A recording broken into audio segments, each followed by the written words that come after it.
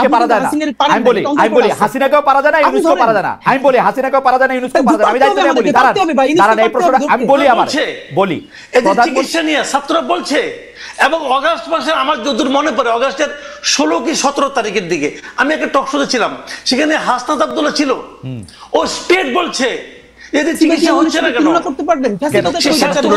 কেন তুলনা করলে কি হবে? আমি বলবো হাসিনা ফেসিবাদী সরকার ছিল, কিন্তু এই সরকার ফেসিবাদী না, কিন্তু হাসিনার চেয়ে অর্থনৈতিক বা রাজনৈতিকভাবে ভালো চালাইছে কি খারাপ চালাইছে।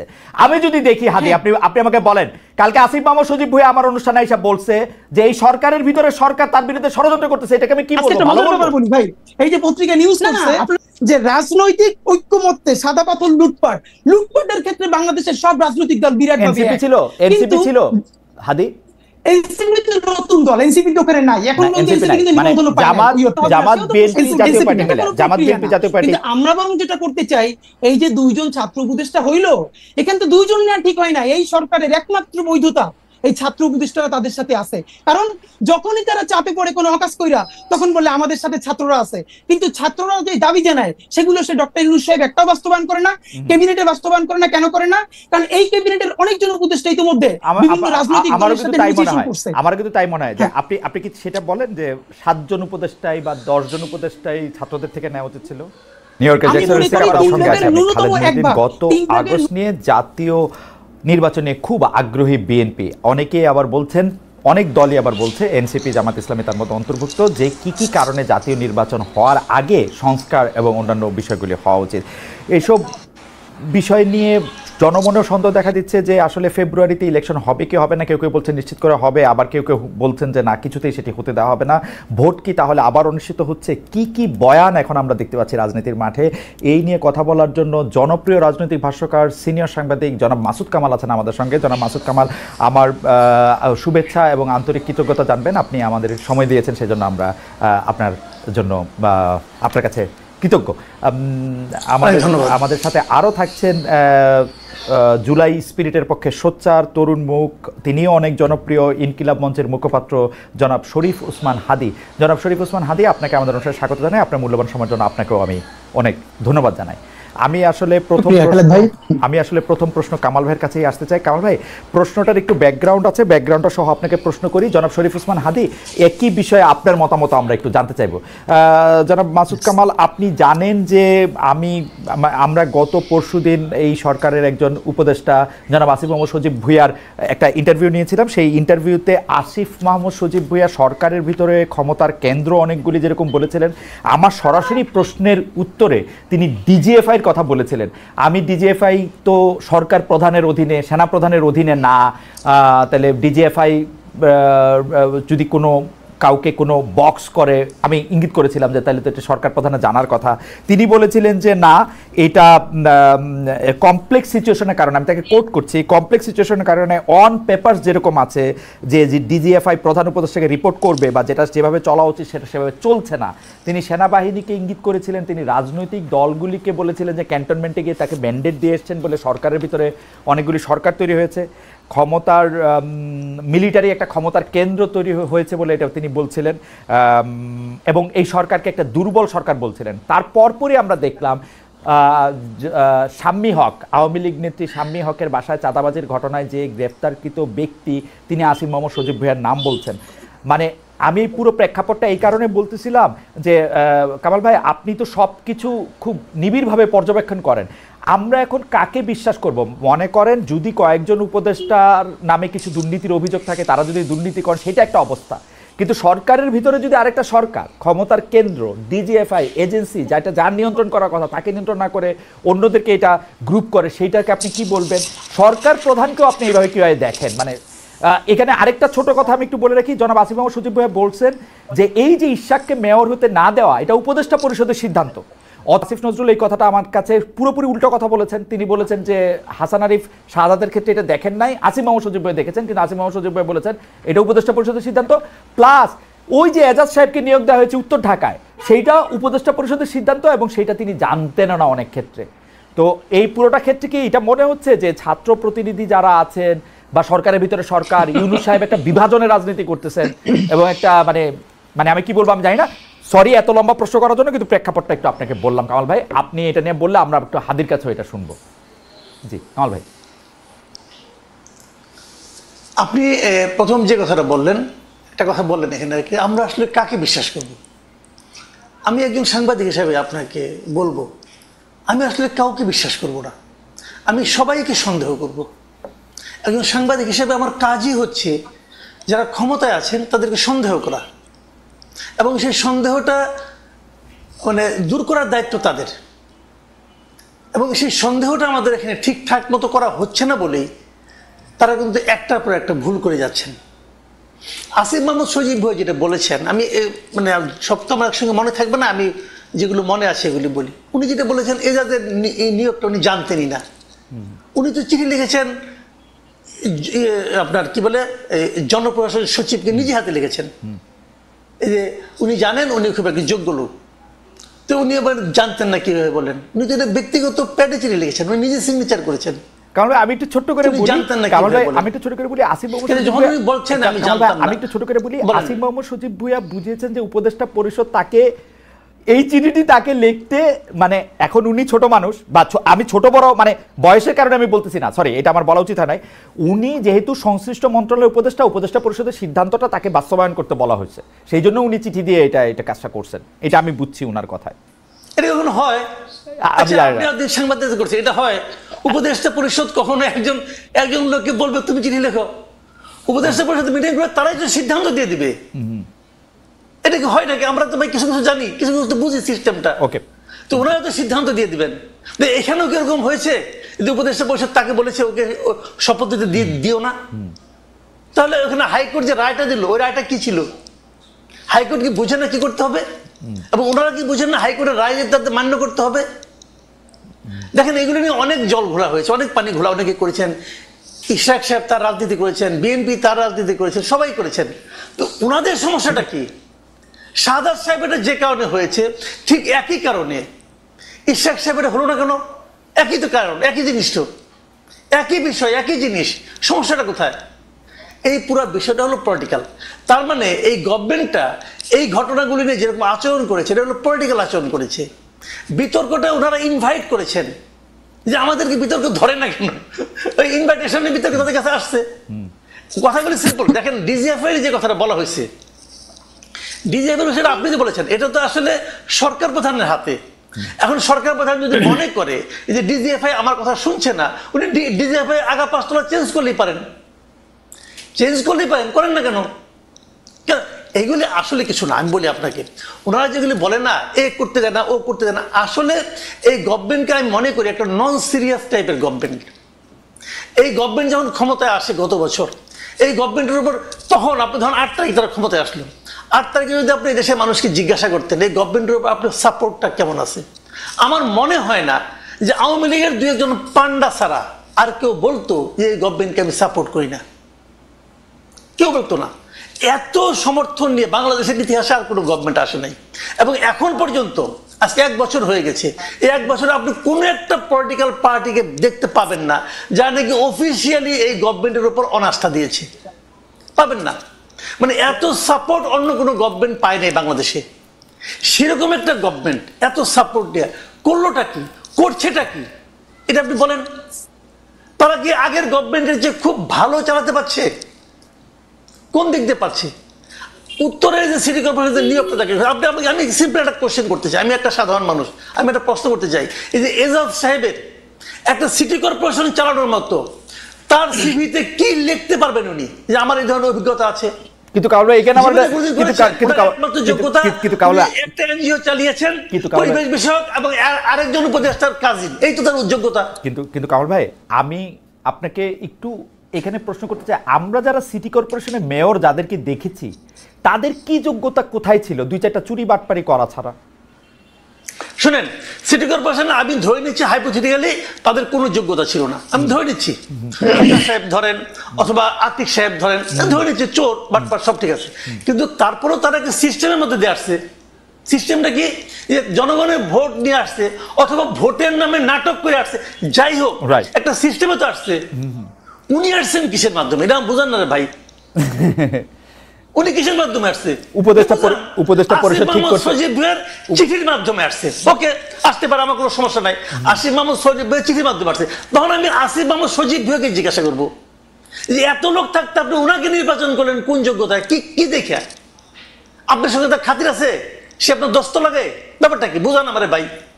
আমি কি বুঝতে চাইতে পারবো না? কিন্তু কামাল ভাই ব্যাখ্যা পাচ্ছেন না কোন আপনি? কিন্তু কামাল ভাই যদি এখন ডক্টর ইউনূস আসিফ মোহাম্মদ সজীব ভুঁইয়াকে বলেন যে আমরা উপদেষ্টা পরিষদের সিদ্ধান্ত নিছি, তুমি এজাজকে নিয়োগ দিবা, ও রেজওয়ানার ভাই, ওকে নিয়োগ দাও, ওকে একটা চিঠি দিয়ে নিয়োগ দাও, তা আসিফ মোহাম্মদ সজীব ভুঁইয়া কি করবে? সেক্ষেত্রে আমি ডক্টর ইউনূসকে এই কথা আসিফ মোহাম্মদ সজীব ভুঁইয়া বলুক, বলছে তো আমাকে কালকে অনুষ্ঠানে অন রেকর্ড বলছে।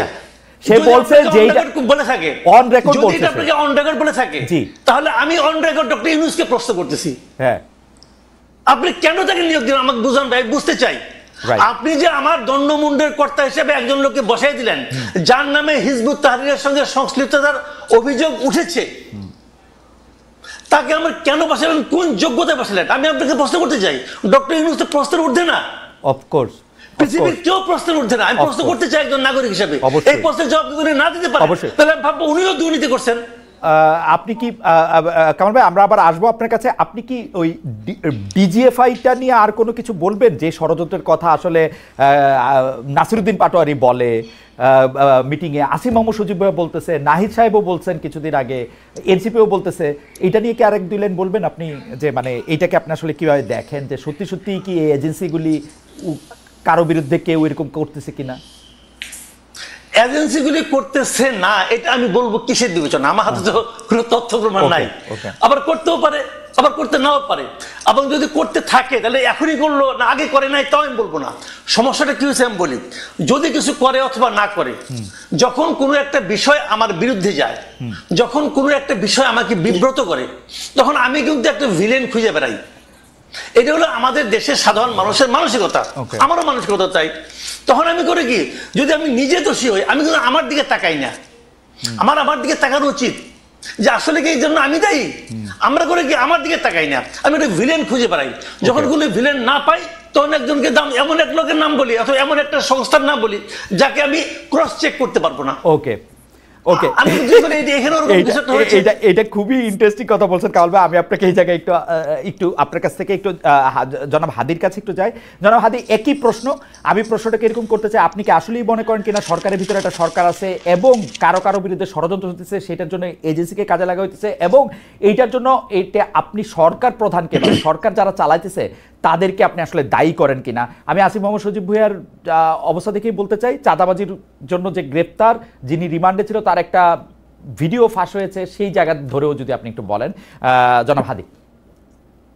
আসসালামু আলাইকুম, ঠিকানার দর্শকদেরকে শুভেচ্ছা। দেখেন, প্রথমত হলো আমাদের আলোচনাটা ওই যে উত্তরের সিটি কর্পোরেশনের মেয়র বা ওদিকে মোড় নিয়ে যাচ্ছিল, তো ব্যাপার হলো তাকে ডিফেন্ড করা বা কোনো কাজ আমাদের না। আমি শেষ থেকে একটু শুরু করি আপনার সাথে। যেমন ডিজিএফআই প্রশ্ন যেটা এসছে, এখন দেখেন এখানে একটা খুবই গুরুত্বপূর্ণ ব্যাপার হলো যে এজেন্সিগুলো রাষ্ট্রের অত্যন্ত গুরুত্বপূর্ণ পজিশনে থাকে, তাকে রাখতেও হয়, কিন্তু আমাদের জুলাইয়ের পরে যেটা কাজ ছিল যেগুলোকে প্রফেশনাল করে তোলা, আরো বেশি প্রফেশনাল করে তোলা। ফ্যাসিবাদ হাসিনা মিলে যেটা করেছিল, এই প্রফেশনাল প্রতিষ্ঠানগুলোকে শতভাগ আওয়ামী লীগের, সোজা কথা আপনি ধরেন নাজি বাহিনী তাদের যে ভিন্ন ভিন্ন এরকম সেগমেন্ট তৈরি করেছিল, এরকম এনএসআই, ডিজিএফআই রাষ্ট্রের সব থেকে গুরুত্বপূর্ণ অর্গানগুলোকে তাদের পার্টির পান্ডা বানিয়ে ফেলেছিল। তো এখন আমরা যেটা প্রত্যাশা করেছি যে তাদের ওই দীর্ঘ কালচার তারা পরিবর্তন করে, তারা প্রফেশনালি রিয়াক্ট করবে। আমি আপনাকে শুধু একটার সাথে ধরাই দিতে চাই, ধরেন এই যে 5ই আগস্ট ঘোষণাপত্রের দিন এনসিপির কিছু লোকজন কক্সবাজার গেল।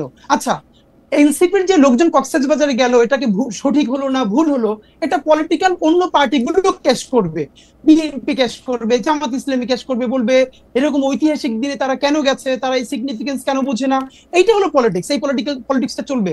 কিন্তু এই যে হাসনাতরা বা সার্জিসরা বা তাসনিম যারা কোন হোটেলে আছেন, কোন হোটেল থেকে কোন হোটেলে আবার যাচ্ছেন, সেই তথ্যগুলো দেয়া এবং সাংবাদিকদেরকে সেখানে জানানো, এইটা কি এজেন্সির কাজ? আমরা এই প্রশ্নটা কেন করছি না? আমরা বারবার বলছি জনাব হাদি, আমি একটু আপনাকে আবার মানে আপনি একটু যদি আমাকে একটু সময় দেন, আমি আবার একটু ব্যাকগ্রাউন্ডটা বলি। আপনি ডিজিএফআই প্রফেশনালিজমের কথা বলতেছিলেন। 15 বছর হাসিনা শাসনের ডিজিএফআইকে একটা দলীয় বাহিনীর মতো ব্যবহার করা হয়েছে, এজেন্সিগুলিকে একটা দলীয় বাহিনীর মতো করে ব্যবহার করা হয়েছে। আসলে ডিজিএফআইকে এরকম দলীয় বাহিনীর মতো ব্যবহার করা শুরু হয়েছে এরশাদ সাহেবের সময়, তারপরে এটা বেগম খালেদা জিয়ার সময়, 9/11-এর সময় যে সরকার আসে ডিজিএফআই সেই সরকারের বাহিনী হিসেবে ব্যবহৃত হয়। ওইটাই ডিজিএফআই মানে যেটাকে বলা হচ্ছে জব ডেসক্রিপশনের মধ্যে পড়ে বলে ওটা ওরা মনে করে। এই ডিজিএফআই কিন্তু, আমার তর্কটা হচ্ছে এই ডিজিএফআই কিন্তু ডক্টর মোহাম্মদ ইউনূসের পারপাস সার্ভ করার কথা।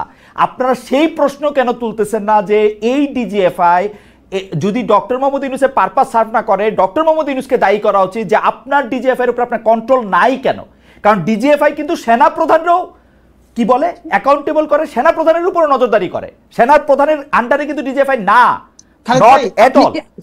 ওকে ওকে ওকে ওকে খালেদ ভাই, আমি একটু আপনাকে বলি, আমরা এই সরকার সম্বন্ধে একটা ফিডব্যাক গত 10 মাস ধরে দিয়েছি কমপক্ষে 100 বার, মিডিয়াও এটা প্রচুর আছে। আবার আপনাকেও আবার আজকে বলি, রিপিট করি, এই সরকার হলো বাংলাদেশের ইতিহাসের সব থেকে জনসমর্থিত সরকার এবং সব থেকে দুর্বলতম সরকার। এই দুটোই তার ক্ষেত্রে সত্য। সেই সব থেকে জনসমর্থিত সরকার, গণ অভ্যুত্থানের সকল স্টেক তাকে বসিয়েছে, এবং সব থেকে দুর্বলতম সরকার এই অর্থে যে এখানে সে কন্ট্রোল নিতে পারে না। ব্যাপার হলো এটা, এই যে কন্ট্রোল নিতে কেন পারলো না, এটা নিয়ে দীর্ঘ আলাপ আছে। কিন্তু এখানে একটা দেখেন, ডক্টর ইউনূসের সাথে আর ইন্টারিমেরও যে একটা ভিন্ন জায়গা আছে, এইটা আমরা কিন্তু অ্যাড্রেস করি। আপনারা খেয়াল করবেন যে স্বাভাবিকভাবে এই সরকারের ব্যর্থতা তো ডক্টর ইউনূসের উপরে প্রথমে যাবেই, এটা যাওয়া অবশ্যই যাবে। কিন্তু আপনার খালেদ ভাই মনে থাকবার কথা, যেদিন ডক্টর ইউনূস বাংলাদেশে নেমেছেন সেদিন কিন্তু মাত্র 3টা উপদেষ্টা পদ খালি ছিল। এর মানে আগের সকল উপদেষ্টা পদ সব রেডি, ডক্টর ইউনূস আসার পরে আর মাত্র 3টে পদ খালি ছিল। তখন আমরা ডক্টর ইউনূসকে বলছি যে আপনি তাহলে এখানে কারা কারা উপদেষ্টা আছে, এখানে বিএনপির লোকজন আছে, এখানে জামাতের আছে, এখানে জাসদের আছে, জনাব হাদি, এটাকে আপনি হিয়ারসে বলতেছেন নাকি প্রামাণিক সাপেক্ষে বলতেছেন? কারণ আমরা জানি ডক্টর মোহাম্মদ ইউনূস হাসপাতালের বেডে শুয়েও উপদেষ্টা পদ চেঞ্জ করেছেন। মানে আমরা তো, আর আমি ডক্টর ইউনূসের সাথে উনি প্রধান উপদেষ্টা হওয়ার পরে আমার কোনো কথা হয় নাই, কিন্তু আগের কথা মানে আমি জানি যে আপনি যে বলতেছেন উপদেষ্টা পদে নিয়ে নেওয়া হয়েছিল, তো সেই 3 উপদেষ্টা পদে কি ডক্টর মোহাম্মদ ইউনূস ওই স্বাস্থ্য উপদেষ্টা, তারপরে এই যে এদের নিয়োগ দিচ্ছেন, এই যে এনজিও আরো 2জন যে এনজিও তাদের নিয়োগ দিচ্ছেন? না, হতে পারে, মানে হতে পারে, কিন্তু আমরা হলো যেটা বাকিদের কে নিয়োগ দিছে? এই সমস্ত গণ অভ্যুত্থানের শক্তি সবাই মিলে দিচ্ছে, কারণ পলিটিক্যাল পার্টি সবাই বসছে, বিএনপি বসছে, জামাত বসছে, এবি পার্টি বসছে, ছাত্ররা বসছে। কিন্তু আমাদের তর্কটা ওই জায়গা না। আমরা ভাই আপনারা যেটা মূলত বলতে চাই, দেখেন এই যে মাসুদ ভাই এখন পর্যন্ত যেটা বললো, মুশকিলটা হইলো, যেমন আপনি আমার সরাসরি আমার একটা পরিচয় আছে যে আমি এই জুলাই বিপ্লবের বলি অথবা জুলাই গণ অভ্যুত্থানের বলি, এটার একটা শরীক। আমরা সবাই মিলে হাসিনাকে তাড়াইতে বাধ্য করছি, এর মানে এগুলোর ব্যাপারে আমাদের কোনো গ্লানি নাই। কিন্তু মাসুদ ভাইয়ের ক্ষেত্রে যেটা ব্যাপার, মাসুদ ভাই দেখেন, আপনি যখন কথা বলছিলেন, আপনাকে তখন মাসুদ ভাই প্রথমে বলেছে একটা যে লীগের পান্ডা ছাড়া আর কেউ এটাকে অস্বীকার করবেন, এর মানে লীগকে তিনি প্রথমবার পান্ডা বললেন। এইটা শুনে তো দর্শকরা খুশি হবে। একটু পরে যে কাজটা মাসুদ ভাই করেছেন, ওইটাই হলো বাংলাদেশের জন্য সামনে। জনাব হাদি, আপনি কি মাসুদ ভাইয়ের কথা বিশ্লেষণ করবেন? তাহলে আপনি মাসুদ ভাইয়ের কথা বিশ্লেষণ করেন, আমি আপনাকে স্মরণ করাই দেই যে মাসুদ ভাই লীগকে পান্ডাই প্রথমবার বলতেছেন না, দর্শককে খুশি করার জন্য বলতেছেন না, এবং গত 15 বছর ধরে অন্তত পক্ষে 50,000 বার তিনি এইসব কথা বলেছেন। আচ্ছা ভাই, তাহলে আমি আপনাকে মনে করাই দিই, মাসুদ ভাই যদি গত 15 বছর ধরে এটা বলে থাকে, এর সাথে আরেকটা সত্য হলো, শাহবাগে যখন নিকৃষ্টতম মব হয়েছে বাংলাদেশের, এবং সেটাকে আমার দেশ যখন ভীষণ ভাবে ব্যানার হেডিং করে এক্সপোজ করছে যে শাহবাগে ফ্যাসিবাদের পদধ্বনি, তখন মাসুদ ভাইয়ের প্রোফাইলে এখনো আছে 10ই ফেব্রুয়ারি 2013 মাসুদ ভাই একটা স্ট্যাটাস দিছে আমার দেশের, সেইটার যে এইটার নাম যদি হয় সাংবাদিকতা তাহলে আমি লজ্জিত। এর মানে যেই শাহবাগ বাংলাদেশের বিচার ব্যবস্থা ধ্বংস করছে, রাষ্ট্র ধ্বংস করছে, পুরো সিস্টেমকে কোলাপস করছে, সেইটাকে যে পত্রিকা এক্সপোজ করার পরে পত্রিকার সম্পাদক জেল খাটছে, মাথা তার উড়ে দিছে। কিন্তু আপনাকে আমি আরেকটু মানে একটা সেন্টিমেন্টাল জার্নি করাই। আমার দেশ পত্রিকা কিন্তু শাহবাগের এই আন্দোলনকে সমর্থন করেছে। আপনি 2013 সালের 6 ফেব্রুয়ারি, 7 ফেব্রুয়ারি, 8 ফেব্রুয়ারি পত্রিকা দেখেন। 9 ফেব্রুয়ারি বা 10 ফেব্রুয়ারি, আমার আপনার মতো এত শার্প ব্রেন না, কিন্তু 9 ফেব্রুয়ারি এসে তারা এটাকে প্রতিধ্বনি বলেছেন, ফেসিবাদের প্রতিধ্বনি হোক, যে প্রতিধ্বনি বলেছেন সেটা বলেছেন। এখন ঘটনা হইতেছে যে আমরা সাংবাদিকতা ছাত্র ভাই, আমরা কোনো একটা পত্রিকার রিপোর্টে যখন একটা অবজেক্টিভ জায়গা থেকে যখন একটা সাবজেক্টিভ জায়গা নেওয়া হয়, আমরা আমাদের প্রাইভেট ওয়ালে, মাসুদ ভাই জবাব মাসুদ ভাই দিবেন, মাসুদ ভাই আমার থেকে মানে আমি মাসুদ ভাই একদল করি এরকম ব্যাপারটা না, কিন্তু আমরা যখন কোনো কিছু সাবজেক্টিভ, মানে এটা আমাদের ট্রেনিং ভাই, কোনো কিছু যখন অবজেক্টিভ জিনিসটা যখন সাবজেক্টিভ হইতে দেখি আমরা এটাকে প্রতিবাদ জানাবো। এবং আমরা কিন্তু প্রথম আলোর মন্তব্য প্রতিবেদনেরও প্রতিবাদ জানাতে দেখছি যখন এটা অবজেক্টিভিটির জায়গা থেকে সেটা সাবজেক্টিভিটিতে গেছে। একই খালেদ ভাই, এই আলাপটা হলো পলিটিক্যাল কারেক্টনেসের জায়গা। মাসুদ ভাই তো শুধু সাংবাদিক না, মাসুদ ভাই মূলত যেটা করে এটা অ্যাক্টিভিজমই করে, এটা তো সমস্যা না। পৃথিবীর বহু বড় সাংবাদিকরা প্যারালালি সাংবাদিক এবং অ্যাক্টিভিস্ট, কোনো সমস্যা নাই। কিন্তু সমস্যা হলো মাসুদ ভাই যখন এই যে শাহবাগের প্রতিধ্বনি যখন আমার দেশ বলে, এইটা যদি সাংবাদিকতা হয় তাহলে মাসুদ ভাই যখন লজ্জা পায়, সেই মাসুদ ভাই এইমাত্র যেটা করলো, সেই লিগকে পান্ডা পইলে পরের লাইনে বলতেছে যে আগের সরকারের চেয়ে ভালো চালাতে পারছে, এই সরকারের হাজারটা সমস্যা আছে আমরা বলবো, এই সরকারের দায়ও বাংলাদেশের সকল জনগণের, যে যা পারবে না। কিন্তু আপনি কি এটাকে কোনোভাবে গত ফ্যাসিবাদী আমলের সাথে তুলনা করতে পারবেন? কেন তুলনা করলে কি হবে? আমি বলবো হাসিনা ফেসিবাদী সরকার ছিল, কিন্তু এই সরকার ফেসিবাদী না, কিন্তু হাসিনার চেয়ে অর্থনৈতিক বা রাজনৈতিকভাবে ভালো চালাইছে কি খারাপ চালাইছে।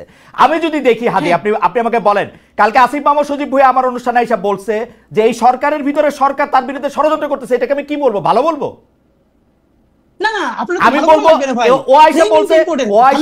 ও আইসা বলছে যে ডিজিএফআই তার জায়গা থেকে ছবি তুইলা এজেন্সি করে বিদেশে পাঠাইতেছে, আমি এটাকে ভালো বলবো এই সরকারকে? যখন আমি জানি যে ডিজিএফআই হচ্ছে, যখন আমি জানি যে ডিজিএফআই হচ্ছে ডক্টর মোহাম্মদ ইউনূসের আন্ডারে। খালেদ ভাই, এই সরকারের সবথেকে বেশি সমালোচনা ইনকিলাব মঞ্চের চেয়ে বেশি কেউ করে নাই।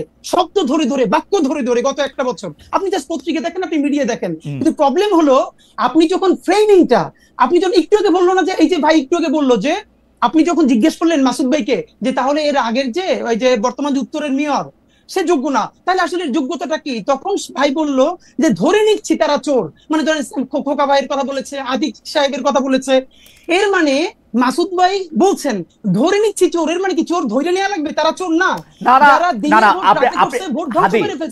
আমি আপনাকে বলি, আপনি অনেক জনপ্রিয় মানুষ, প্রচুর লোক আমাদের এখানে আপনাকে দেখতেছে, কিন্তু আপনি কিন্তু মানে আমি জানি না, মানে আপনি খেয়াল করতেছেন কিনা, ধরে নেই চোরের পাশাপাশি উনি যেই কথার উপর স্ট্রেস দিচ্ছেন সেইটা হচ্ছে যে উনারা একটা সিস্টেমের মধ্যে আসছেন, ভোট বা ভোটের নামে প্রহসনের নামে, ভোটের নামে প্রহসনের নামে, আর উনি আসছেন, আর এজাজ সাহেব আসছেন। কালকে আসিফ মাহমুদ সজীব ভাই বলছে যেটা সরকারের উপদেষ্টা পরিষদ সিদ্ধান্ত নিয়েছে আমাকে দিয়ে, মানে আমি এটা এক্সিকিউট করছি মাত্র। এখন খালেদ ভাই, এটা কি আপনার কাছে ভালো সিস্টেম লাগতেছে? হাদি, আমার কাছে ভালো উত্তর আছে, আমার কাছে ভীষণ ভালো উত্তর আছে, আমি দিব না। যদি আমি সরকারের স্পোকসপারসন হইতাম আজকে, আমি যদি শফিক ভাই হইতাম, অথবা আমি যদি এনসিপির মুখপাত্র হইতাম, তাইলে আমি উত্তরগুলো দিতাম। কিন্তু আমি যেহেতু ইনকিলাব মঞ্চের মুখপাত্র, এই সরকারের আমি তো হাজারটা ক্রিটিক করি, সুতরাং আমি তাকে ডিফেন্ড করব না। আমি শুধু বলে নিচ্ছি যে এই যে শব্দগুলো চয়নের জায়গা, যে ধীরে ধীরে যেরকম ন্যারেটিভ নির্মিত হয়, আমি শুধু এই জায়গাটা ফোকাস করব। আমার মনে হয় যে আমি হাদি সাহেবকে বুঝতে পেরেছি। আমি কামাল ভাই আপনার কাছ থেকে একটু জানতে চাই, এইটা কিন্তু সত্যি কথা, আপনি মাঝে মাঝে যেহেতু আপনি অনেক জনপ্রিয় মুখ, আপনার কথায় শব্দ চয়নে অনেক সময় মনে হয় যে আপনি আওয়ামী লীগকে এই সরকারের থেকে ভালো বলতেছেন, আওয়ামী লীগ আপনার দ্বারা বেনিফিটেড হতেছে, এটাও মনে হয়। এবং আপনি হাদিকে শুনেছেন, আমার কোনো প্রশ্ন এই পর্যায়ে নাই, আপনি যদি এটাকে একটু অ্যাড্রেস করেন। সরি, দেখেন আমি বলি আপনাকে, জি আমি কিন্তু মানে এখানে হাদি যে কমপ্লেনগুলো আমার বিষয়ে তুলেছেন, আমি খুব খুশি হয়েছি এই কারণে, এই প্রশ্নগুলোর আমি আসলে জবাব দিতেই চাই, কিন্তু দেওয়ার সুযোগ পাই না। মনে করেন আমি যদি হুট করে বলি, বলবো যে ভাই তোমার তো জিজ্ঞাসা করে না, তুমি এটা বলো কেন? তো এটা কি ঝামেলা? তো প্রশ্নগুলি উত্তর দেওয়া দরকার। আমি একটা একটা করে বলি। প্রথমত বলি, শেষ থেকে বলি, যে এই সরকারের চেয়ে আওয়ামী লীগ সরকার ভালো, এটা আমি কখনো উচ্চারণ করিনি এবং ঘুণাক্ষরে চিন্তাও করি না। আমি চিন্তাও করি না, এটা আমার চিন্তার বাইরে। কারণ এই সরকার খারাপ কিছু করলে আমরা বলতে পারতেছি। আমি ডক্টর ইউনূসের কোনো একটা কাজ পছন্দ না হলে আমরা বলতে পারতেছি। হাসিনা সরকারের সময় আমরা সরাসরি বলতে পারতাম না, আমিও বলতে পারতাম না, আমি অনেক কিছু বলছি। আমি হাসিনা গভর্নমেন্টের বিরুদ্ধে, তার কর্মকাণ্ডের বিরুদ্ধে, বিভিন্ন কাজের বিরুদ্ধে অনেক কিছু বলছি, কিন্তু এখন যেভাবে সরাসরি বলি, এতটা সরাসরি বলতে পারতাম না। কারণ আমার কিন্তু কেউ থ্রেট দেয় নাই। আমি আবার বলি আপনাকে, আমার এই হাসিনা সরকারের আমলেও কেউ কখনো থ্রেট দেয় নাই, এই সরকারের আমলেও আমার কখনো কেউ থ্রেট দেয় নাই। আমি বললেন যে দেয় না, আমাকে বলে হাসিনা সরকার আমরা থ্রেট দেয় নাই, তার মানে তুমি তলে তলে আওয়ামী লীগ আসিলা, তাহলে তো এই সরকারের আমলে তো আমার কেউ থ্রেট দেয় নাই, তাহলে আমি তলে তলে এর সঙ্গে আসি না রে ভাই। কামাল ভাই, আমি একটু যোগ করি, হাসিনা সরকার আমলে এটা ভয়াবহ ছিল, কারণ আমি যেহেতু এই বিজনেসে আসি, মানে সরি এই চাকরিতে আসি 28-29 বছর ধরে, আমি কিন্তু খেয়াল করি। কামাল ভাই আপনি দেখেন এখন কিন্তু যে কোনো টেলিভিশন যে কোনো আপনাকে ডাকতে দ্বিধা করে না, বরং আপনাকে চায়, আপনি সময় দিতে পারেন না, যদিও আপনি সরকারের প্রতি অনেক বেশি ক্রিটিক্যাল, কিন্তু যখনই আপনি আওয়ামী লীগ সরকারের প্রতি ক্রিটিক্যাল ছিলেন, আমরা বিদেশে বসে আপনাকে পাইতে হইতো, অন্য টেলিভিশন আপনাকে ডাকতে সাহস করতো না। এই একটা স্পষ্ট তফাৎ আছে, এই স্পষ্ট তফাৎ বুঝতাম না। জি, আমি ওটা আমি বুঝতাম না, কিন্তু আমি যেটা বুঝতাম, আমি বলি আমাকে 2-1 বার ডিজিএফআই থেকে কফি খাওয়ার দাওয়াত দিছে, রাইট, আগের আমলে, বাট আমি যাইনি। আমি বলছি আমার সময় নাই, তারা কিন্তু আমার সঙ্গে অভদ্র আচরণ করে না, ধমকায় নাই, এখন তাই বলে কি ওদেরকে আমি সমর্থন করি? নো, কোনো বিবেচনাতেই করি না। এবং আমি আবারও তো বললাম যে আমি এই সরকারের চেয়ে ওটাকে ভালো বেটার এটা মনে করার কথা আমি চিন্তাও করি না, কারণ ওই সরকারে এত এত সমস্ত লোক ছিলেন, খোদ সরকার প্রধান থেকে শুরু করে শেখ হাসিনা সম্পর্কে আমি যে সমস্ত কথাবার্তা বলেছি, হাদি হয়তো ভুলে গেছে, হয়তো অন্য কিছু নিয়ে ব্যস্ত ছিল, আমার মতো ক্ষুদ্র মানুষের কথা তার খেয়াল করার দরকার নাই। কিন্তু আমি আবারও বলি যে আমি কখনোই তাদেরকে, মানে আমি মনে করি বাংলাদেশের সবচেয়ে বড় ক্ষতিটা শেখ হাসিনা এবং তার আশেপাশের লোকজন করে দিয়ে গেছেন ভাই, এটা রিয়েলিটি, এটা মানতে আমার কোনো দ্বিধা নাই, আগেও ছিল না এখন। এখন আমি টু দ্য পয়েন্ট একটা প্রশ্নের জবাব দিই, যে প্রশ্নের জবাব আপনি কিছুটা দিয়েছেন, সেটা হলো যে শাহবাগের ওই আন্দোলন নিয়ে, ওইটা নিয়ে ওই সময়ে ইনকলাবের যে জিনিসটা হয়েছে, আমি ওইটাকে জার্নালিজম মনে করি না। না ইয়াতে আমার দেশ পত্রিকায় আমি মনে করি, আমার দেশ, সরি ইনকলাব আমার দেশের, ওটাকে আমি জার্নালিজম এখনো মনে করি না। আমি মনে করি অ্যাক্টিভিজম এবং জার্নালিজম দুটো ডিফারেন্ট জিনিস, টোটালি পার্থক্য, মানে আলাদা জিনিস একটা। উনি যেটা করেছেন, মাহমুদুর রহমান সাহেব উনি আসলে সাংবাদিক না তো ভাই, এটা বলে লাভ নাই। আমার একটা প্রশ্ন আছে, কারণ ভাই আপনি আমার দেশের মাহমুদুর রহমান সাহেবের জার্নালিজমকে জার্নালিজম মনে করলেন না, কিন্তু 10 বছর ধরে আমাদের অন্যান্য পত্রপত্রিকা বা সাংবাদিকরা যা করছে তা কি জার্নালিজম ছিল? তারে কি আপনি এত কঠিনভাবে আক্রমণ করছেন, নাম ধরে বলছেন যে আমি একটা কথা বলি আপনাকে, কয়েকদিন আগে জনকণ্ঠ দখল হয়ে গেল, কয়েকদিন আগের কথা, দখল হয়ে গেল, আবার চলে আসলো, ওরা আবার আপোষ করে ফেরাইলো। জনকণ্ঠ যখন দখল হলো, আমি দখল হওয়াটাকে কিন্তু আমি সমালোচনা করেছি, আবার পাশাপাশি আমি এটাও বলেছি যে শামীমা খান কিভাবে জনকণ্ঠের সম্পাদক হয়েছেন এটা আমি বুঝতে পারি না, কারণ আমি জনকণ্ঠে সাংবাদিকতা করেছি টানা 12 বছর, কিন্তু কামাল ভাই এবং শামীমা এখানে একদিনের জন্য ওখানে আসেন নাই, কিন্তু কামাল ভাই হাজবেন্ড মারা যাওয়ার পরে উনি সম্পাদক হন কিভাবে? কিন্তু কামাল ভাই আমি বুঝি না, কামাল ভাই এটা বলতে পারবো না। কামাল ভাই আতিকুল্লাহ খান মাসুদ কিভাবে সম্পাদক হয়েছে, জনকণ্ঠের সম্পাদক, সেই প্রশ্ন তো আপনি তুলেন নাই। মাহমুদুর রহমান সাহেবের যোগ্যতা আছে, ওটা আমি তুলছি, আতিকুল্লাহ খান মাসুদ তুলেছি, আমি বলি আপনাকে ওটাও আমি তুলেছি, কেন তুলবো না? ওইটা আমি বলি, ওটা আমার একটা লেখা আছে ভাই, আমি রিপোর্টার্স ভয়েস যেটা আছে সেই ডিআরইউ ম্যাগাজিন বের হয়, ওখানে আমি স্পষ্ট করে লিখেছি যে উনি কিভাবে সম্পাদক হলেন, মালিক হিসেবে সম্পাদক হলেন, সবাই তারা মানিয়ে নিছে, তখন আমি জুনিয়র রিপোর্টার, আমি মেনে নিছি, বলেছি আমি ওখানে, এটা কেন বলবো না? বাংলাদেশে তো সবাই, বাংলাদেশে তো সবাই মালিক সম্পাদক। আনার হোসেন মঞ্জু কিভাবে সম্পাদক হলেন ইত্তেফাকের? আচ্ছা, এখানে একটা কথা আছে, কথাটা হলো কেন বলি আপনাকে, শাহাবুদ্দিন সাহেবের আইনটা করার আগ পর্যন্ত তো সম্পাদক হইতে কোনো বাধা ছিল না, ওটা তারা আইনগতভাবে পারতো। পরবর্তীতে আইনটা অন্যরকম কঠিন হয়েছে, সেই কঠিনে এখন কি হয়, এখন সাংবাদিক হতে হলে ওনারা একটা বাইপাস করে একটা মানে সার্টিফিকেট ম্যানেজ করে কোন একটা আন্ডারগ্রাউন্ড পত্রিকা থেকে, যে এই পত্রিকা উনি এত বছর ধরে সাংবাদিকতা করতেছেন, অতএব উনি সম্পাদক হতে পারবেন, এটা ম্যানেজ করে নেয় তারা সবাই, এবং আমার ধারণা তারা এইভাবেই সম্পাদক হয়েছেন। এটাগুলো তবে আমি যেটা বলছিলাম যে তখন ওই মূল পয়েন্ট আসে, তাহলে আবার পরে আবার জবাব দেওয়ার সময় পাবো না, পরে প্রশ্ন উঠবেও না। এটা হলো আমার দেশের ওই হেডলাইন, ওই নিউজটা আমি পড়েছি ভাই, ওইটাতে যেটা ছিল দ্যাট ওয়াজ নট জার্নালিজম, কথা পরিষ্কার। উনি যে প্রেডিক্ট করেছেন, উনি যেভাবে লিখেছেন, ওইটা ছিল অ্যাক্টিভিজম, এবং ওই activism maybe right, maybe not right, সেটা অন্য হিসাব, ওই আলোচনা আমি যাচ্ছি না, কিন্তু ওটা জার্নালিজম না। আমি সেটাই বলেছি যে এটা যদি সাংবাদিকতা হয় তাহলে ভাই আমার অবজারভেশন এটা, আমি কিন্তু আমার ওখান থেকে কামাল ভাই সাংবাদিকতা তো পৃথিবীতে বহু রকম, আপনি একরকম সাংবাদিক, আমি আপনি দুজন ক্লাসেই পড়ছি যে এটা বহু রকম আছে, আপনি এটা সাংবাদিকতা না এটা কেমনে বলবেন মাসুদ ভাই? না না, আমি এখনো যেটা, অনেক সাংবাদিকতার ধরন আছে, অনেক সাংবাদিকতার স্কুল আছে, এক এক স্কুলিং এক এক রকম, কোনো সমস্যা নাই। আমি তো আমার স্কুলিংটা নিয়ে বলবো, আমি যেভাবে শিখেছি, আমি যেভাবে ভেবেছি, আমার ভাবনার সঙ্গে যায় না, অতএব বলছি না, কিন্তু কামাল ভাই, ভাই কামাল ভাই, আপনি যদি এই আপনার লিটমাস পেপারে ঘষেন, তাহলে আমেরিকার অর্ধেক টেলিভিশন বাদ পড়ে যাবে, অর্ধেক নিউজ পেপার বাদ পড়ে যাবে, লন্ডনের অর্ধেক নিউজ পেপার বাদ পড়ে যাবে, ভারতে তো টিকবেই অল্প কয়টা। আমি এমনকি আমি ভারতের সবচেয়ে জনপ্রিয় পত্রিকা যেটা বাংলায়, আনন্দবাজার, ওটাকে আমি সাংবাদিকতা মনে করি না। কারণ আমি মনে করার অধিকার, আমার নিজস্ব মতামত আমি কি আমার ফেসবুকে দিতে পারবো না? ওকে, আপনি কি আরেকটু বলবেন? আবার একটু হাদির কাছে যাইতাম। হাদির, আপনি কি আরেকটু বলবেন, বা নাকি আপনি এখন একটু জনাব হাদির কাছে যাই? জনাব হাদি, আপনি তো বলবেনই, কিন্তু আমি আপনার কথা একটু উদ্ধৃত করি। আমি আপনাকে অনেক লক্ষ্য করি, আপনার বক্তব্যের মধ্যে অনেক ডিরেক্টনেস থাকে। আমি আপনাকে একটু কোট করি হাদি। আপনি বলছেন যে যাদের অ্যান্ড্রয়েড ফোন কেনা সামর্থ্য ছিল না, তাদের হাতে এখন আইফোন। এটা কাদের উদ্দেশ্যে দিয়েছেন? মানে এটা কি, মানে এই বক্তব্যকে এনসিপির কারো গায়ে লাগতে পারে? মানে প্রায় একই সময় জনাব মাহফুজ আলমও একটা স্ট্যাটাস দিয়েছিলেন, পরে যেটা আবার তিনি কারেক্ট করেছেন যে কেউ যখন একা, মানে তিনি ইঙ্গিত করেছিলেন নতুন একটি রাজনৈতিক দল যদি দেখে যে এর মধ্যে অনেকেই দুর্নীতির সাথে জড়িত, একজন যদি না করে, তাহলে এইটা কি আপনি একটু বলবেন? এই আর্থিক অভিযোগ, আন্দোলনের বিভিন্ন ধরনের সমন্বয়ক বা সদস্যদের বিরুদ্ধে অনেক আর্থিক অভিযোগ যে রয়েছে, সেটা সম্পর্কে আপনার অবজারভেশনটাকে একটু আপনি বলবেন। যেহেতু ইনকিলাব মঞ্চ, আমি বলছি ভাই, বলছি ইনকিলাব মঞ্চ প্রেসার গ্রুপ হিসেবে, জি হ্যাঁ, শিওর। এইটা আমি যেই প্রোগ্রামে বলেছিলাম যে যাদের হাতে অ্যান্ড্রয়েড ফোন মানে থাকতে কষ্ট হয়েছে, এখন আইফোন, টি শার্ট দামি, এই মঞ্চে দুইজন উপদেষ্টাও ছিলেন। কিন্তু প্রোগ্রামটা ছিল মূলত ওসমানী স্মৃতি মিলনায়তনে প্রায় 1000-এর মতো বাংলাদেশের জুলাই আহত যোদ্ধা, যাদের একদম অনেকের চোখ নাই, হাত নাই, দেখলেই বুঝে যায় সারা দেশ থেকে ওনারা এসেছিলেন। তো স্বাভাবিকভাবে এখানে অনেকে আমন্ত্রিত ছিলেন সব রাজনৈতিক দল থেকে, কিন্তু এখানে বক্তৃতার স্পিরিটটা ছিল যে বিএনপি বলি, জামাত ইসলামী বলি, অপরাপর অন্যান্য দল বলি, তাদের ব্যাপারে যে বিভিন্ন অভিযোগ, এই অভিযোগগুলো মানুষ মানে নতুন না বলেই মানুষ একটা গণ অভ্যুত্থানের মুখদেরকে পছন্দ করেছে।